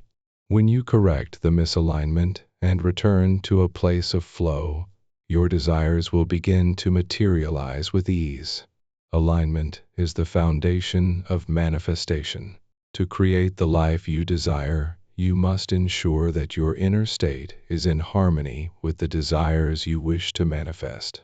By practicing self-awareness, consistency, and gratitude, you can stay in alignment with your goals and accelerate your manifestation process. On the other hand, recognizing and correcting misalignment is equally important. When you experience resistance, frustration, or obstacles, take it as a sign to realign your energy. Remember, the universe responds to the energy you emit, and when you are in alignment with your desires, everything will flow effortlessly toward you. Chapter 11. The Law of Detachment, Letting Go, and Trusting the Process. Understanding the law of detachment, releasing attachment to outcomes. Manifestation is not just about having desires and intentions. It is also about the art of letting go. This may sound counterintuitive, but the law of detachment emphasizes that in order to manifest effectively, you must release your attachment to specific outcomes. It is not the desire itself that holds you back. Rather, it is the attachment to how and when your desire will manifest that can create resistance in the process. When you become attached to a particular outcome, you are often trying to control the universe's timing and methods, which disrupts the flow of abundance into your life. The law of detachment teaches us that true manifestation comes from a place of trust and surrender. It is about allowing the universe to deliver your desires in the way that is best for you, instead of trying to force or predict how it will unfold. Attachment often stems from fear. Fear that what you desire won't come to you. Fear of failure. Fear of the unknown. These fears create an energetic block that prevents you from receiving what you want. When you cling to the outcome of your desires, you are essentially saying to the universe, I don't trust you to bring this to me, so I will try to control how it happens. This energy of resistance creates a negative cycle where your manifestation efforts become focused on the lack of what you want rather than on the abundant possibilities that are available to you. To break free from this cycle, you must learn to practice detachment and trust the process. The true power of the law of detachment lies in your ability to release control and remain open to the many ways that your desires can manifest. Instead of focusing on a single rigid path, you must remain flexible, knowing that there are countless possibilities for how your desires can come into your life. When you detach from the how, and when you allow space for the universe to surprise you with better outcomes than you could have imagined. Detachment is not about giving up on your dreams. It is about surrendering the need to control how they will manifest. The more you let go, the more room you create for magic and unexpected blessings to enter your life. How to practice detaching the role of trust and surrender. Now that we understand what detachment is and why it is important, the next step is learning how to practice it. The first key to practicing detachment is building trust in the process. Trusting the universe is essential in manifestation because it allows you to release your fears and anxieties about whether or not your desires will come to fruition. When you trust, you stop doubting and start believing that everything is unfolding exactly as it should. Trusting the process means that you have faith in the timing of the universe. Even if it doesn't align with your own timeline, you acknowledge that there are forces greater than you at work, and these forces are always working in your favor. To build trust, it is helpful to reflect on past experiences where things worked out for you, even when you didn't know how they would. Remember times when you were uncertain about your future, but things eventually fell into place. These memories can serve as a reminder that the universe has always been guiding you, even when you didn't fully understand the process. By revisiting these moments of faith and trust, you reinforce the belief that everything is working for your highest good. Surrender is another essential aspect of detachment. Surrendering does not mean giving up on your dreams or resigning yourself to express and release pent-up emotions. The process is not always easy, but it is the life of mediocrity. It means letting go of the need to control every aspect of your journey. It's about recognizing that the universe has a plan for you that may be even more beautiful and fulfilling than anything you could have imagined. When you surrender, you release the need for perfection and the need for everything to unfold in a certain way. You allow yourself to flow with the natural rhythm of life, trusting that every twist and turn serves a purpose in your personal growth and manifestation. You can practice surrendering by setting your intentions clearly and then letting go of the outcome. One powerful way to practice this is through affirmation. Every day reminds you that you are open to receiving your desires in the most unexpected and abundant ways. Say to yourself, I trust the universe to bring me what is best for me. I release the need to control how and when it will come. I am open to infinite possibilities, and I trust the process.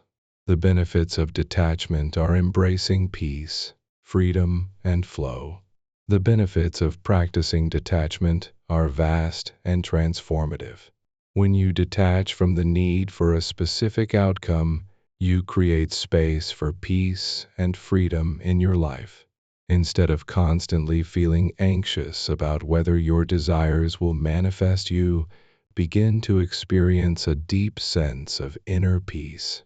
This peace comes from knowing that everything is unfolding as it should, and that you are not responsible for forcing or controlling the outcome. When you trust the universe and detach from the outcome, you release the burden of carrying all the responsibility. You become free to live your life with joy and gratitude, knowing that your desires are already on their way. Detachment also leads to greater flow in your life. When you are not clinging to a particular outcome, you are able to flow with the natural current of the universe. This flow brings more ease and less resistance. You stop pushing against the current and start moving with it. You begin to experience synchronicities and unexpected opportunities that guide you toward your goals. When you let go, you allow the universe to provide you with everything you need at the perfect moment. Your desires will come to you effortlessly because you are no longer in a state of resistance. Perhaps the most profound benefit of detachment is the deep sense of freedom it brings. When you no longer feel the need to control the outcome, you free yourself from the grip of fear and anxiety. You can relax, knowing that you don't have to work tirelessly or exhaust yourself in the pursuit of your dreams. Detachment allows you to enjoy the journey rather than being obsessed with the destination. It reminds you that life is about the experiences you have along the way, not just the final result. By practicing detachment, you embrace the beauty of the present moment, knowing that your desires are on their way even if you don't yet see them. In conclusion, the law of detachment is an essential component of the manifestation process. By letting go of attachment to specific outcomes, you allow the universe to bring you what you truly want in the most abundant and unexpected ways. The more you practice detachment, the more peace, freedom, and flow you will experience in your life. Trust the process. Surrender to the universe's timing and embrace the beauty of letting go. When you do this, your desires will come to you effortlessly, and you will discover a life that is more fulfilling than you ever imagined. Chapter 12. The Power of Belief Shaping Your Reality from Within. The foundation of belief, understanding its role in manifestation. In the realm of manifestation, belief is one of the most powerful forces you can harness. Beliefs are not just abstract ideas. They are the deep-seated convictions that shape your perception of reality. These beliefs act as filters through which you view the world, interpreting every situation and interaction based on what you have come to accept as true. Whether you realize it or not, your beliefs dictate every outcome you experience as they shape the actions you take, the decisions you make, and the energy you radiate. The law of belief is a fundamental principle in manifestation. What you believe you will create. When you begin to understand the profound role belief plays in your life, you realize that manifestation is not merely about wishing for things to happen. It is about aligning your inner beliefs with the outer results you want to see. Beliefs are like blueprints for your life, and they either empower you or hold you back. If you hold the belief that you are worthy of success, love, and abundance, you will attract these things into your life. Conversely, if you harbor beliefs of limitation or unworthiness, these will manifest as blocks or obstacles in your path. Your beliefs are your real architects. They shape the structure of your existence. It is essential to recognize that beliefs are not fixed. They are not inherent truths. They are learned and conditioned over time. Many of the beliefs you hold today are not yours by design, but are inherited from family, society, or past experiences. For example, if you were raised in an environment where scarcity and fear of failure were prevalent, you may unconsciously adopt beliefs that success is hard to attain or that money is difficult to come by. These inherited beliefs can limit your ability to manifest abundance and success because they create subconscious resistance.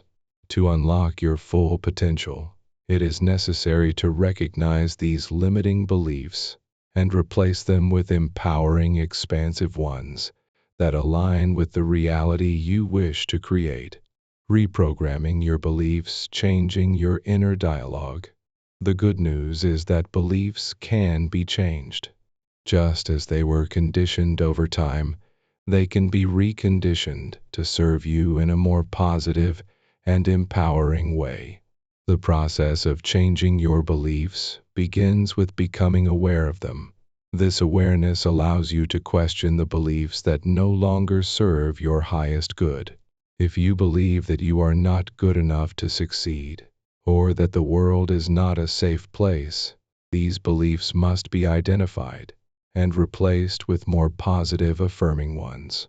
Awareness is the first step to transformation. Without awareness, you remain on autopilot, acting out of unconscious beliefs that limit your potential.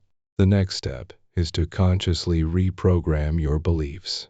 This is where the power of your thoughts and affirmations comes in. Affirmations are statements that declare the truth of the reality you wish to create. When you repeat affirmations consistently, you begin to shift your subconscious mind's programming. If you want to shift your belief about money, for example, you might repeat, "Money flows to me easily and effortlessly," or "I am worthy of abundance in all forms." These affirmations, when practiced daily, start to rewrite your inner dialogue and gradually replace old limiting beliefs with new empowering ones. Visualization is another powerful tool for reprogramming beliefs. By vividly imagining yourself living the life you desire, you create new neural pathways in your brain that reinforce your new beliefs. The more you visualize your desired reality, the more your subconscious mind will accept it as true. In time, these new beliefs will become ingrained, and you will begin to act in ways that reflect your new self-concept. The key is to be patient and consistent. Changing deeply rooted beliefs takes time, but with dedication, you can transform your reality by changing your internal landscape.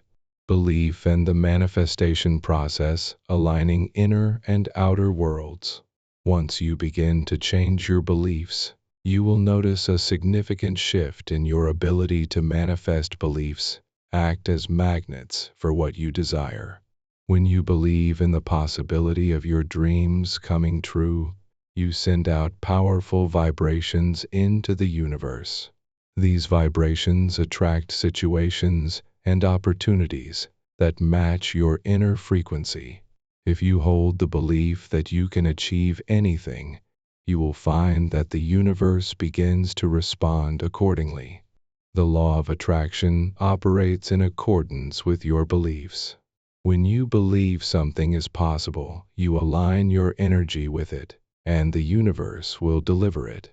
The process of aligning your beliefs with your desired outcomes involves both the conscious and subconscious mind. On a conscious level, you actively choose the beliefs that align with your desires. On a subconscious level, your beliefs are constantly being reinforced by the thoughts, emotions, and actions you take.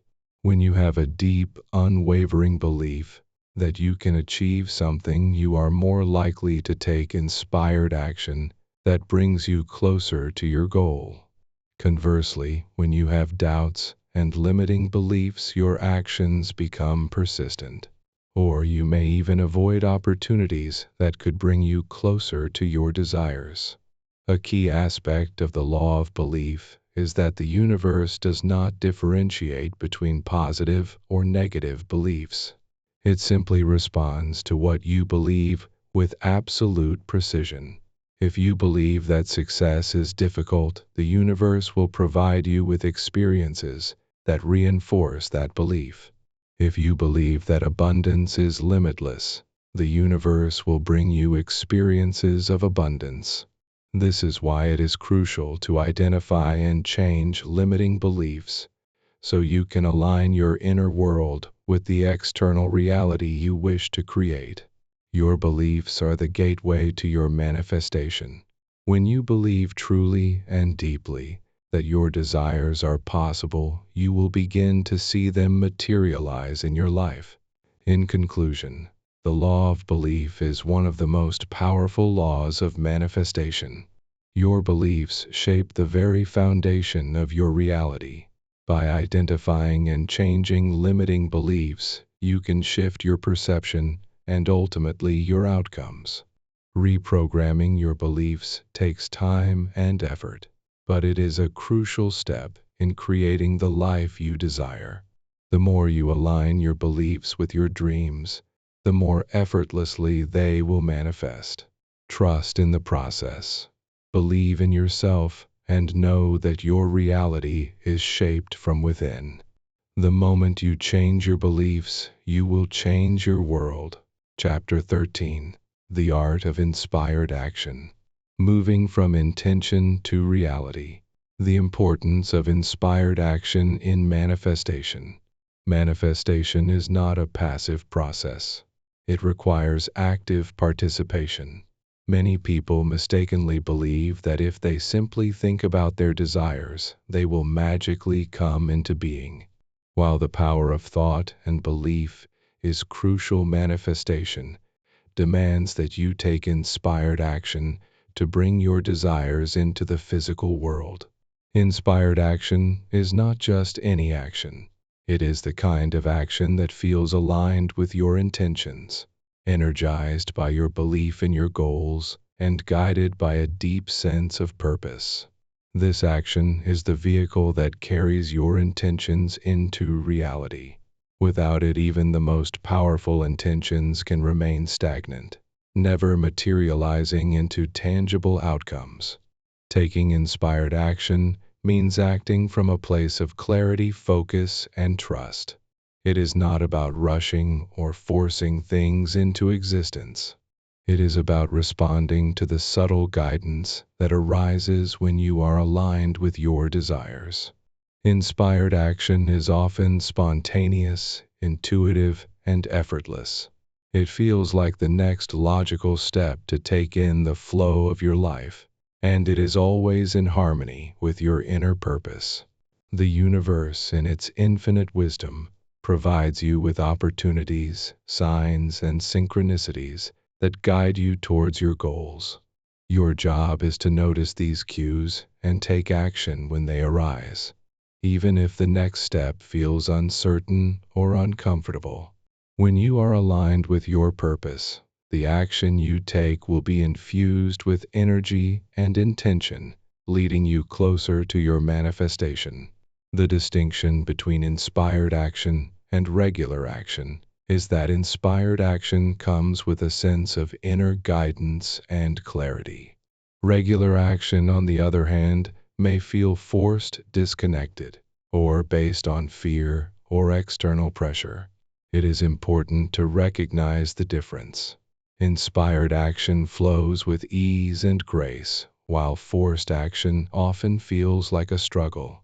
By turning into your intuition and trusting the process, you allow yourself to act from a place of alignment, knowing that every step you take brings you closer to your desired outcome. Overcoming fear and doubt. Stepping into courageous action. Fear and doubt are natural parts of human experience, especially when you are pursuing something new or unfamiliar.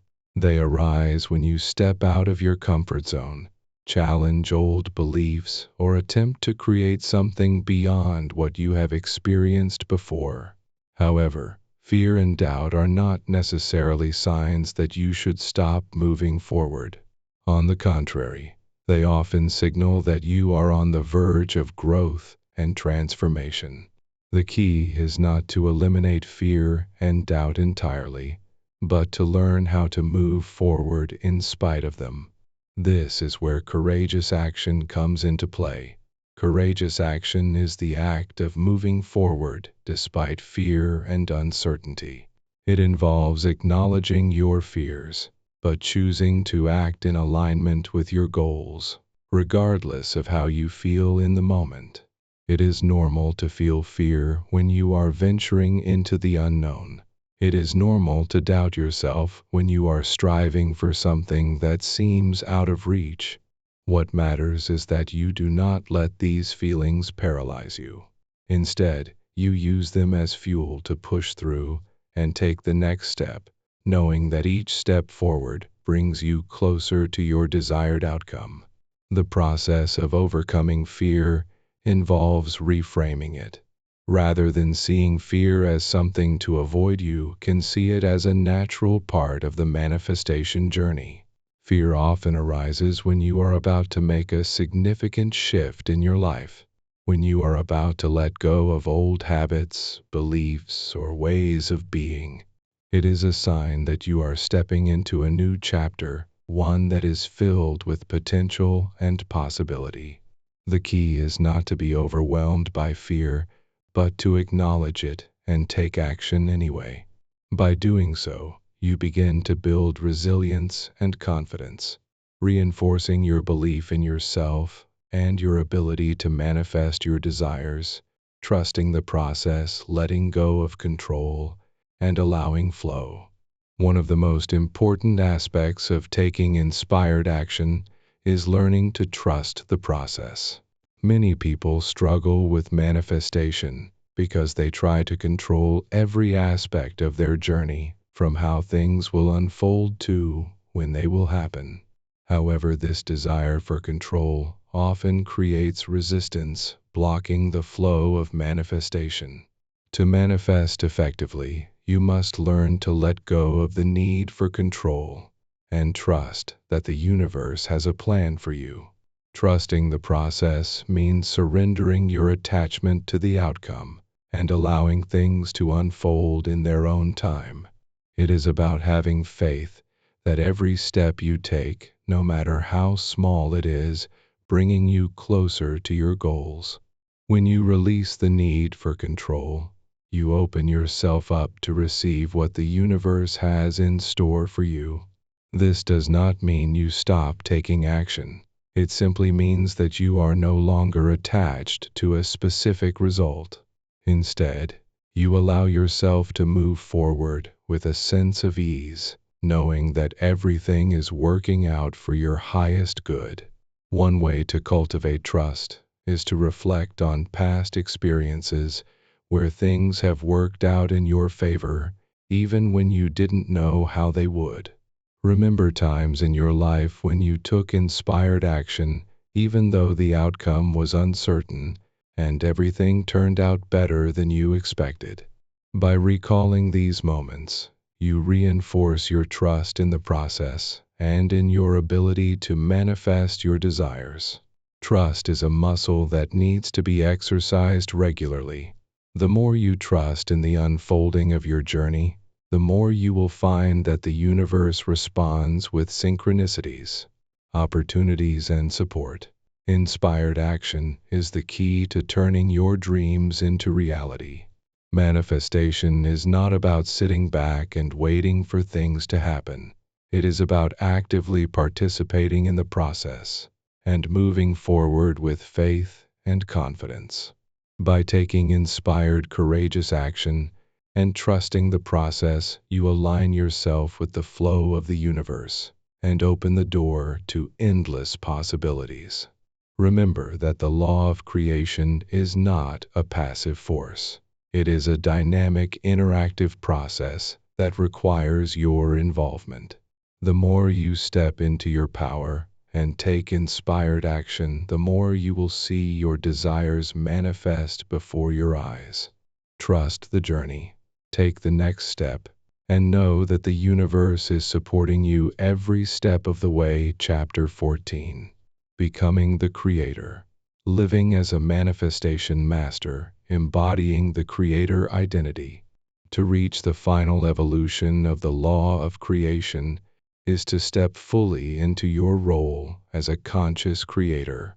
This is not merely a concept or belief.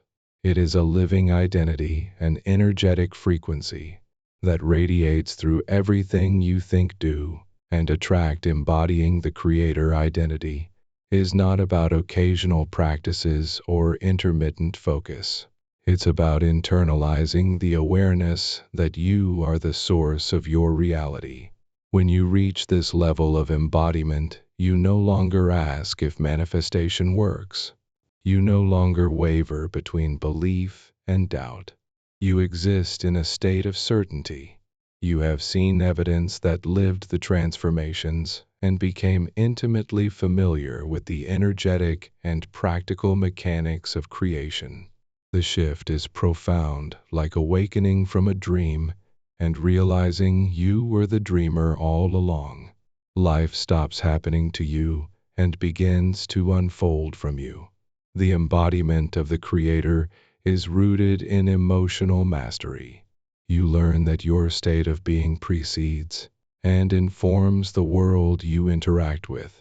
Emotions are no longer dismissed as inconvenient feelings to be managed, but are recognized as potent indicators of alignment or misalignment. Instead of reacting impulsively, the Creator learns to respond consciously. Fear becomes a signal for expansion. Doubt becomes a nudge toward deeper inner inquiry. Frustration becomes a moment to realign with your power. This level of awareness does not arise overnight. It is cultivated through repeated moments of presence, honest self-reflection, and the unwavering decision to no longer outsource power to anything outside of you. As you begin to wear the identity of a creator like second skin, you find that life mirrors your inner convictions with startling accuracy. The most potent creators are not those who have eliminated every challenge, but those who have become so grounded in their creative identity that challenges are simply new canvases. They don't panic when things don't go as planned. They adapt, adjust, and realign, always coming back to the truth that they are the architect. This mastery brings with it a quiet confidence, not arrogance, but an unshakable poise that emanates from within. You trust your timing. You trust your process. And most importantly, you trust your ability to shift reality through focused intention and congruent action. Embodying this identity isn't just a mindset, it's a frequency. It's a presence that speaks louder than words, and as you carry it forward into your daily life, others sense it often without knowing why. Mastering alignment across all areas of life. True manifestation mastery does not apply only to one area like wealth or relationships, but becomes a pervasive alignment across all dimensions of your life. This chapter of your evolution invites you to no longer compartmentalize your power. It is easy to believe in manifestation when it comes to the things you've succeeded in before. But the Master Creator understands that the same laws govern all aspects of reality. Whether you are creating financial abundance, deep love, radiant health, or soul-aligned work, the principles remain unchanged. Energy, belief, focuses, and aligned action. At this level, life becomes a symphony of alignment. Each area, body, mind, relationships, purpose, and environment, become tuned to the same frequency of creation. You are no longer satisfied with success in only one domain. You crave and rightfully claim wholeness. When you master alignment, you become sensitive to energy imbalances. You can walk into a room and sense disharmony before anyone speaks. You can scan your thoughts and know when a belief needs to be updated.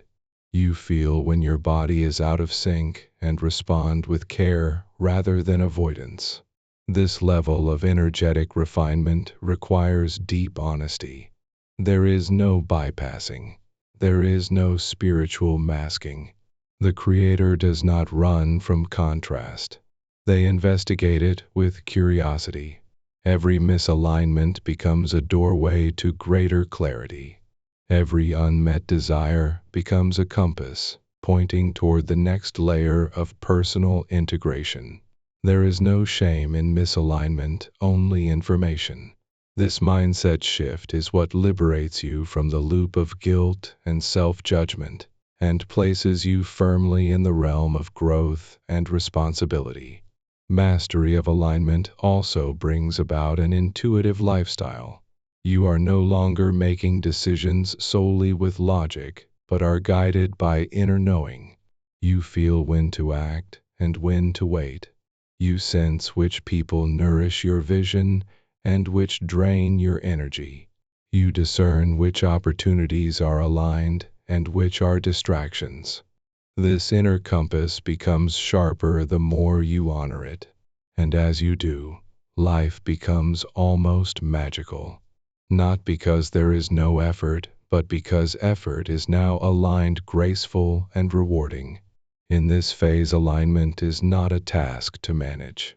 It is a way of being. It is embedded in your speech, your posture, your decisions, and your relationships. It is this level of deep, integrated congruence that allows manifestations to unfold with astonishing speed and clarity, sustaining your creative power over time. Perhaps the most overlooked quality of a true master manifesto is sustainability. Anyone can focus for a week. Anyone can visualize for a month. But those who live in the continual flow of creation are those who develop practices, mindsets, and habits that support long-term alignment. Sustaining your creative power means understanding that manifestation is not one-time event. It's a way of life. You are not here to manifest one car, one partner, or one job. You are here to become a consistent conduit for creation. This requires rhythm, discipline, and intentional renewal. You don't wait until you burn out to recalibrate. You build a restoration. You don't wait for confusion to seek clarity. You make reflection on a part of your daily rhythm. The sustainable creator builds a support system for their vision. They create environments that reflect who they are becoming, not who they were. They surround themselves with conversations that reinforce possibility, not limitation. They consume content that uplifts their frequency and does not lower it. This is not about perfection. It's about conscious construction. You choose your influences with discernment. You protect your energy like a sacred currency. You understand that every piece of your world is either adding to or subtracting from your creative reservoir. Sustainability is also about knowing when to pause, when to breathe, when to step back and listen rather than push forward. You begin to recognize that stillness is not the opposite of creation. It is a vital part of it. The pause is often where the most profound recalibrations occur. Lastly, sustaining your creative power means leaving room for evolution. You must be willing to let go of past visions that no longer fit your expanded self. Sometimes the most aligned action is to release what once worked in order to make space for what now calls you forward. A sustainable creator is not rigid. They are fluid. They don't attach their worth to one outcome. Their identity is not locked into a single role, business, or plan. They remain rooted in their power while staying flexible in their methods. This paradox of rootedness and fluidity is the final mastery. You become unstoppable, not because you never fall, but because you know how to rise, re-enter, and recreate over and over again. You have arrived at the summit of your journey through the law of creation. This is not the end, but the beginning of a new chapter on where you live, as the embodiment of everything you have learned. The truths explored in this audiobook were never outside of you. They have always been within, waiting to be remembered, claimed, and expressed. The process of creation is not something to be mastered once and forgotten. It is a living, breathing relationship between you and the universe. It is a daily dance of intentional alignment, action, and trust as you move forward and carry this truth with you. You are the author of your life. The pen is in your hand. The canvas is infinite. And the masterpiece you are here to create is waiting for your touch. Walk forward, not as a seeker but as a creator. You are no longer waiting for signs. You are the sign. No longer chasing outcomes, you are the magnet. No longer hoping for miracles, you are the miracle.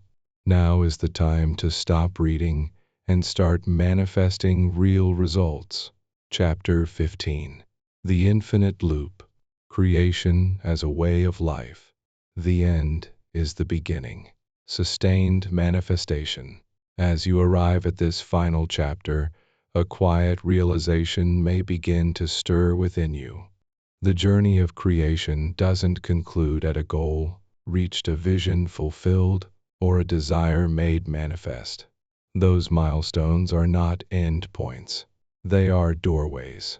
Each manifestation bores not only a new reality, but a new identity, a new question, and a new longing. This is the paradox and the beauty of creative living.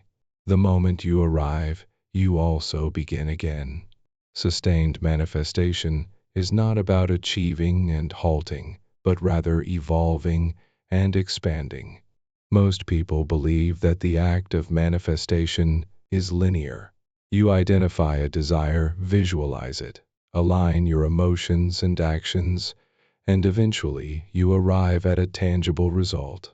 But true creators understand that this journey is a cycle, a dynamic spiral, where every fulfillment is a launchpad for higher consciousness. It requires the courage to keep becoming, the humility to accept that there is always more to learn, and the wisdom to know that the highest purpose of creation is not the thing you manifest, but the person you become through the process. You become the custodian of your own expansion. It's not uncommon for people to achieve one dream and then feel a strange emptiness.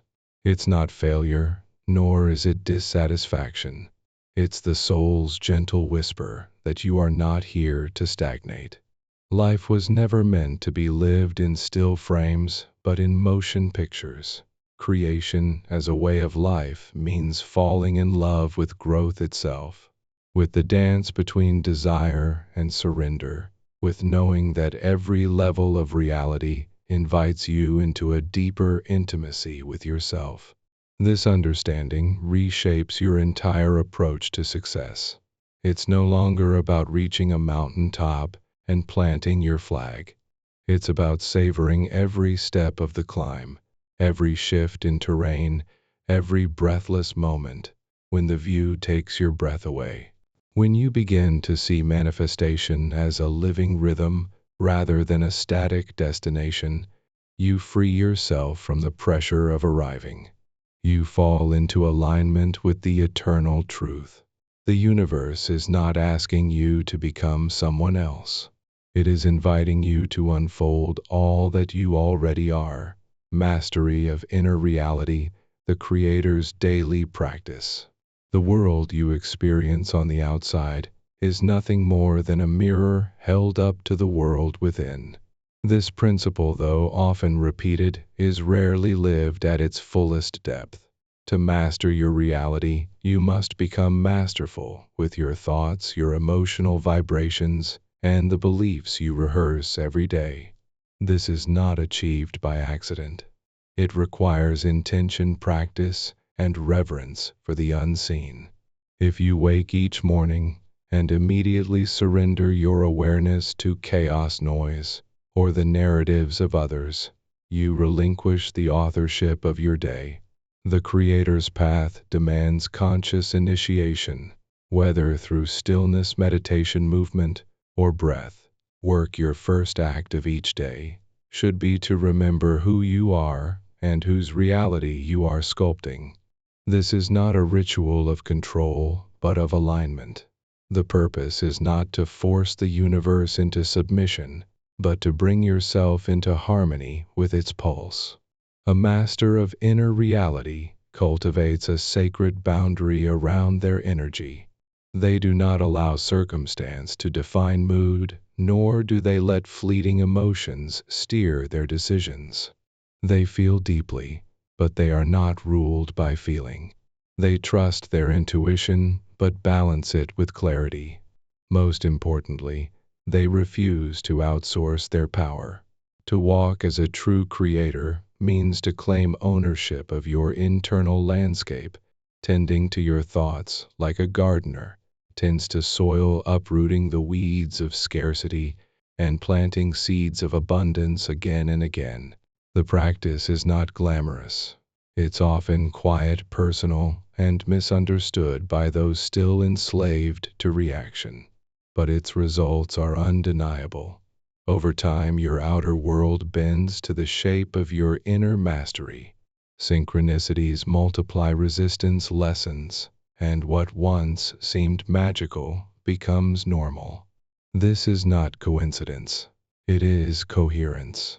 When your mind, heart, and soul sing in unison, creation flows without interruption. Part of this daily mastery involves releasing attachments. The more deeply you create, the more you must surrender.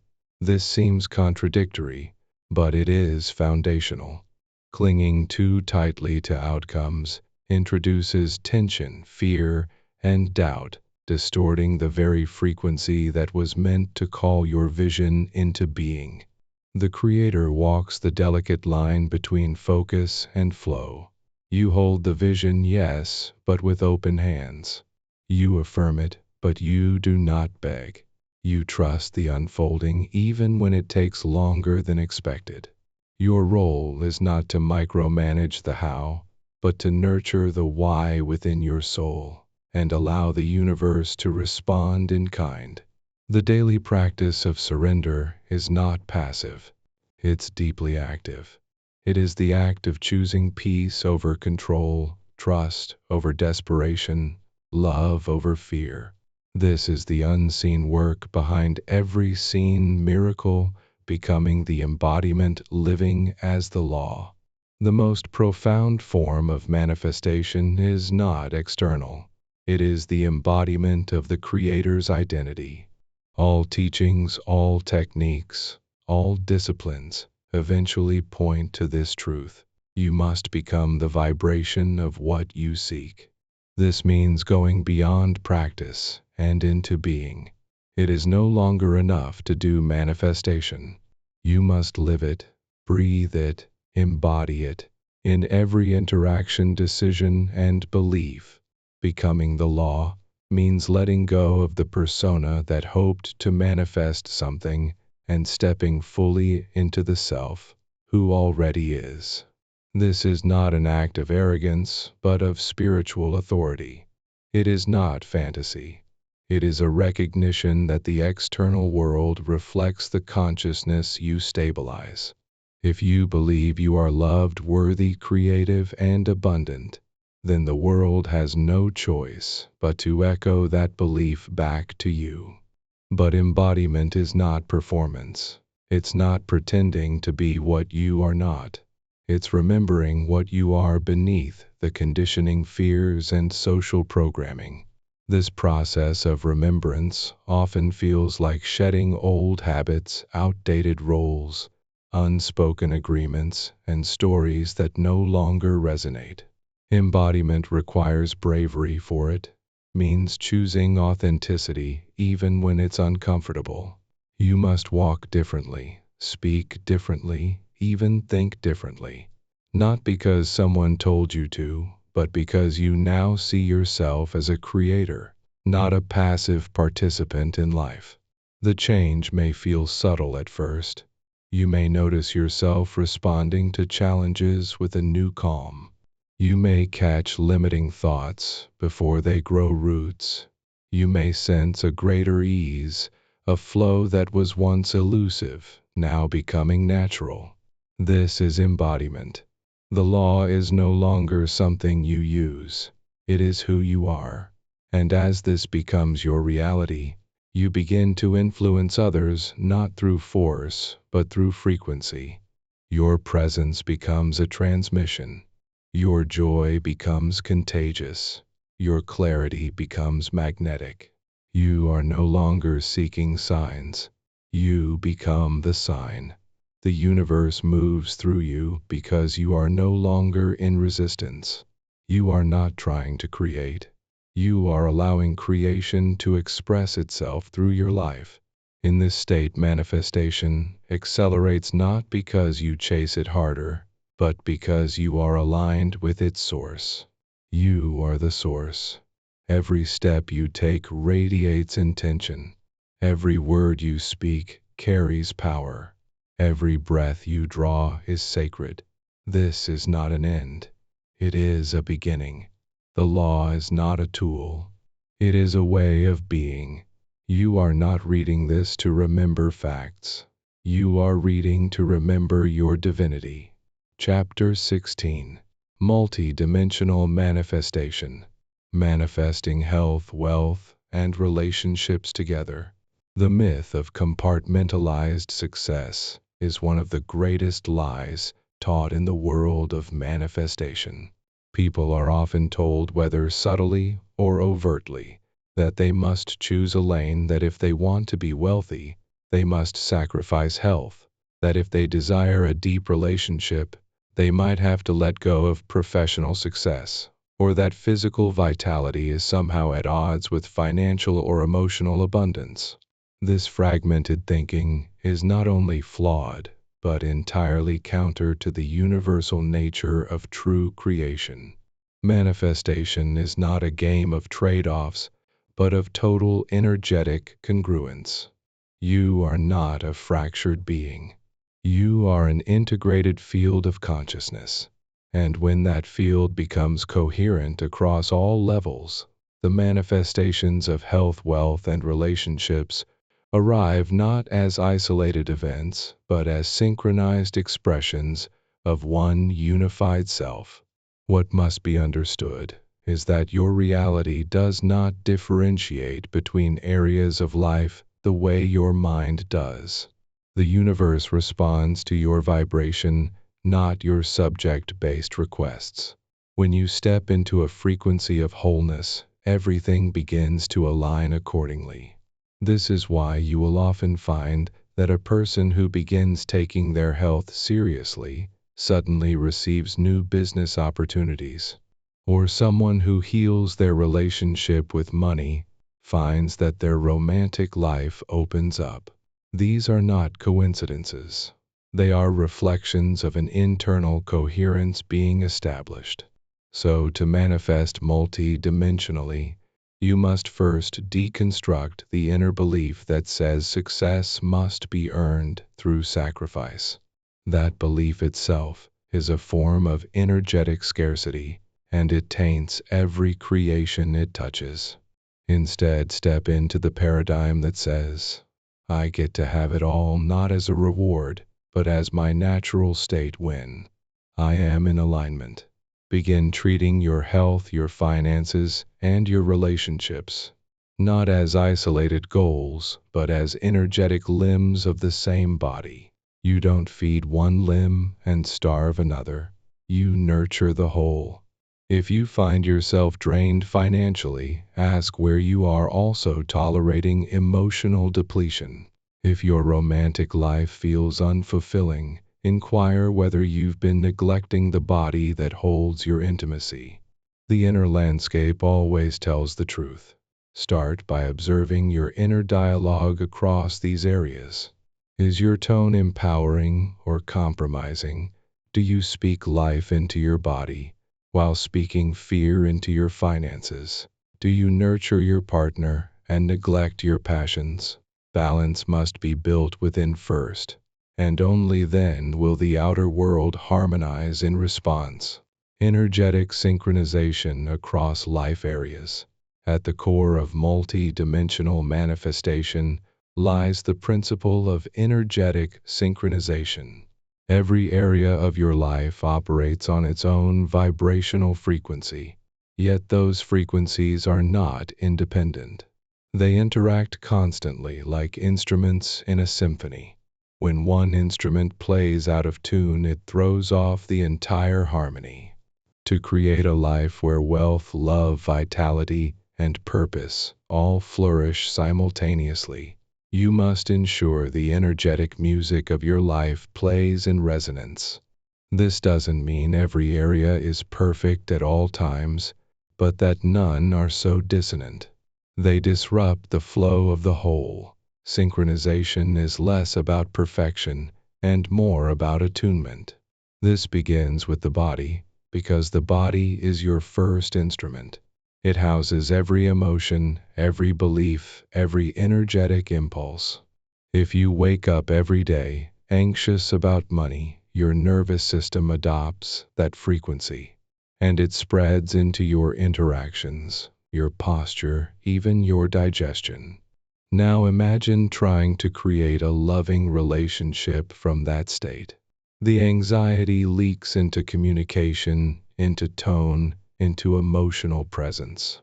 Or imagine trying to attract abundance while carrying resentment in your heart from a recent breakup. That unresolved emotional discord colors your financial energy. You may chase money out of insecurity or repel it out of guilt. Energetic synchronization means you do not treat problems like isolated variables, but as symptoms of a larger frequency imbalance. You address the root, not the fruit. The real mastery lies in daily alignment rituals that bring coherence to your system as a whole. This could mean combining movement with mindset, walking in nature, while affirming financial peace, or integrating breath work that opens the heart and releases tension stored from unresolved arguments. It could mean journaling with a lens of integration, asking yourself where I am allowing love in but blocking abundance, or where do I treat my body with care but deny emotional rest. When you begin treating your energy system as a connected ecosystem, you naturally stop feeding one area at the expense of another. You move from being a reactive human to an intentional conductor, turning your internal orchestra with clarity and power. What's vital to understand is that synchronization is not about balancing time evenly across all life areas. It's about bringing the same quality of energy into each. You can spend 5 minutes being fully present with your partner and infuse your relationship with more love than 5 distracted hours. You can give focused intention to your financial vision in 10 minutes that plants more seeds than a week of frantic, misaligned action. What matters is the frequency you are bringing to the table, not the calendar slot it fits into. Every action, no matter how small a broadcast to the universe, is when those broadcasts share the same frequency of worthiness, peace, and purpose. Creation accelerates across the board, holding multiple realities in harmony. Manifesting multi-dimensionally requires the ability to hold multiple evolving realities without collapse. The linear mind often wants to resolve things too soon, to label outcomes as final, to check off boxes so it can feel safe. But creation is nonlinear. Life unfolds like a spiral where each domain progresses at its own rhythm. You might be experiencing a major breakthrough in your finances while your relationship is going through tension. Or you may feel physically radiant while simultaneously navigating spiritual confusion. This is not failure. This is frequency diversification. The true creator learns to hold space for the paradoxes without trying to collapse them into certainty too soon. The ego fears uncertainty, but the soul understands that holding multiple open loops is part of powerful creation. When you learn to remain calm amidst contrast, to let your financial life rise without needing your love life to match it, instantly you develop emotional range. You become capable of holding the complexity of your expanding life without scrambling to fix force or freeze it. This is what separates advanced creators from novice manifestos. The ability to live with open-ended manifestations without losing faith. You become a steward of unfolding realities, not a dictator forcing premature conclusions. To do this, you must build what can be called frequency chambers within yourself. Mental and emotional spaces that can each hold their own reality with dignity. Your health chamber might be glowing with wellness, while your career chamber is in renovation. That does not mean you sabotage your joy in one because of delay in the other. You learn to let each area breathe at its own rate. This is not detachment. It is divine multitasking. You stay energetically invested without becoming emotionally hostage to any single result. You trust that just as muscles grow at different rates in a body, so do manifestations in your life. This ability also fosters deep emotional maturity. Rather than spiraling when one domain does not meet your expectations, you lean into the stability of the others. If your romantic life is shaky, but your business is thriving, you remember yourself. I am still expanding. You use the solid ground of one frequency to stabilize the wobble in another. You stop dramatizing fluctuation and start respecting the intelligence of divine timing. You begin to see that harmony is not about every string playing the same note, but about the blend of varied tones, creating a fuller, richer song. Eventually, this capacity becomes intuitive. You no longer need every part of your life to be in peak form to feel secure. You trust the seasonal intelligence of manifestation. You accept that growth does not follow your ego's schedule, but a sacred architecture you are only beginning to understand. And in that surrender, you access a rare grace, the ability to remain radiant, even when the external is not perfect. You walk through uncertainty with the poise of someone who knows it is all working, even when it's not visible yet. That is the soul of multi-dimensional manifestation. Not chasing, not panicking, not compartmentalizing, but holding, harmonizing, and honoring the infinite dance of becoming. Chapter 17. The Law Fulfilled, Living the Manifested Life. Embodying your manifestation of the art of becoming. The journey from desire to manifestation does not culminate in the moment your dreams appear in physical form. It truly begins there. It's one thing to create a result through focused intention, emotional alignment, and action. It's another to fully live within that result, to become the person for whom that result is now natural. This final chapter is not about one last push of effort. but about the soft, steady shift from the mindset of the seeker to the embodied grace of the receiver. It is a deeply humbling and powerful experience to wake up and realize that what once felt like a distant vision is now your morning routine, your new normal.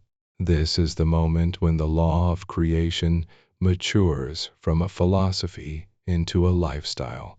And yet many find themselves puzzled at this stage. They ask, now that I have it, know what? And the answer is deceptively simple. You now become it, breathe it, live it without trying. You anchor your identity and your creation so fully that you never again feel like a visitor in the life you manifested. The hunger to prove fades, and in its place rises a quiet confidence, one that knows how to sustain, expand, and radiate creation from the inside out.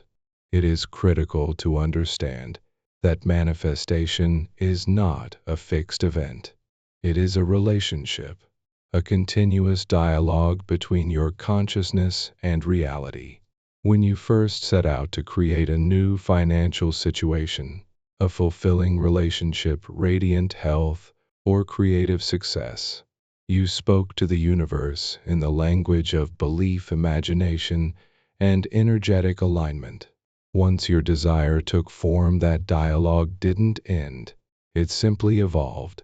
Now you are being asked not just to enjoy the fruits of your manifestation, but to merge with them, to become the kind of person whose habits, posture, language, and expectations are in effortless harmony with what has shown up. This requires a deep trust, not just in the process of manifestation, but in yourself. You must believe that you are worthy of what you have created, not because you did enough to earn it, but because you were always worthy. The manifestation only revealed what was already true. And here's where the next level of creation begins, not with effort, but with embodiment.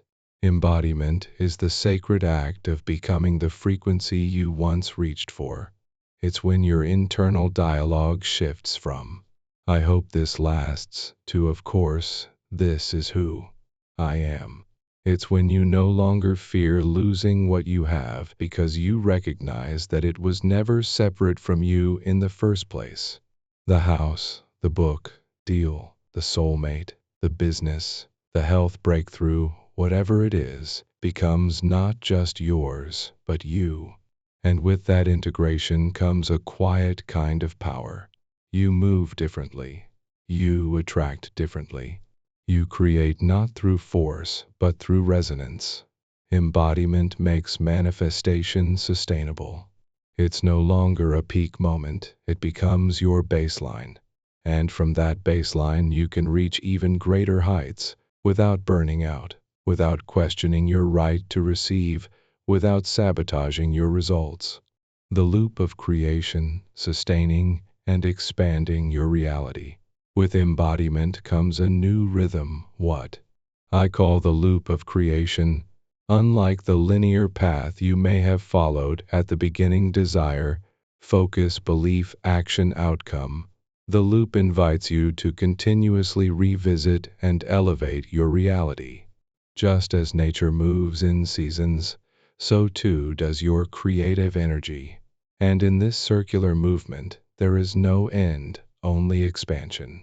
After one desire is fulfilled, another arises, not from lack, but from inspiration. You no longer create to fix something broken. You create to express the ever-unfolding truth of who you are. This is the most liberating aspect of living by the law of creation. Knowing that you are never done, but also never empty. You are eternally full, and from that fullness your next vision is born. To live in this loop means you begin to check in regularly, not from a place of anxiety, but from curiosity. You ask yourself, what new version of me is wanting to emerge? What old patterns am I ready to release now that I've grown into this new identity? Where am being invited to trust even deeper. These aren't the frantic questions of someone trying to fix their life. They are the reflective musings of someone sculpting their legacy. The loop also means you maintain your reality through gentle recalibration. You tune your thoughts and habits just as a musician tunes an instrument, not because it's broken, but because it's meant to be played in harmony. You revisit your rituals, your relationships, your self-talk, not because you need to be better, but because you want to be more aligned with your highest expression. And as you loop through these phases, you become more sensitive to your energetic environment.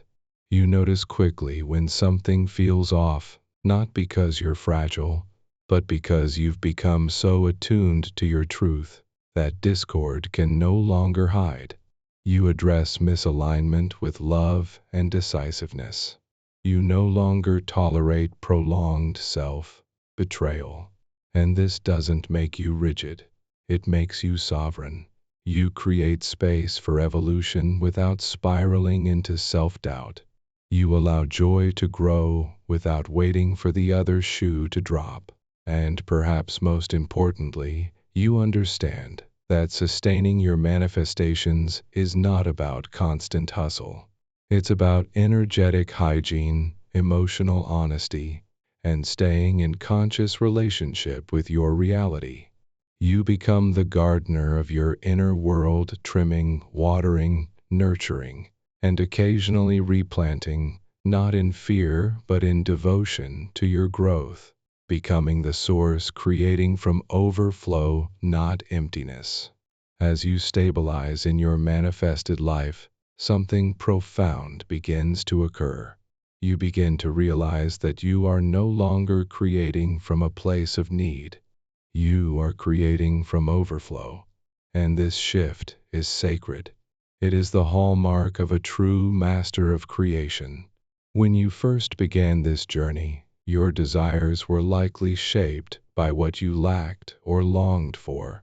That's natural. Desire often awakens in absence.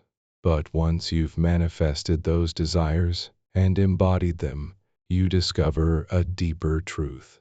You were never just a seeker. You were always the source. And now your desires begin to come not from pain but from purpose. You create not because you must survive, but because you are here to contribute, to uplift, to innovate, to leave a mark that only you can leave. Creating from overflow is a radically different experience. It means you don't deplete yourself to manifest.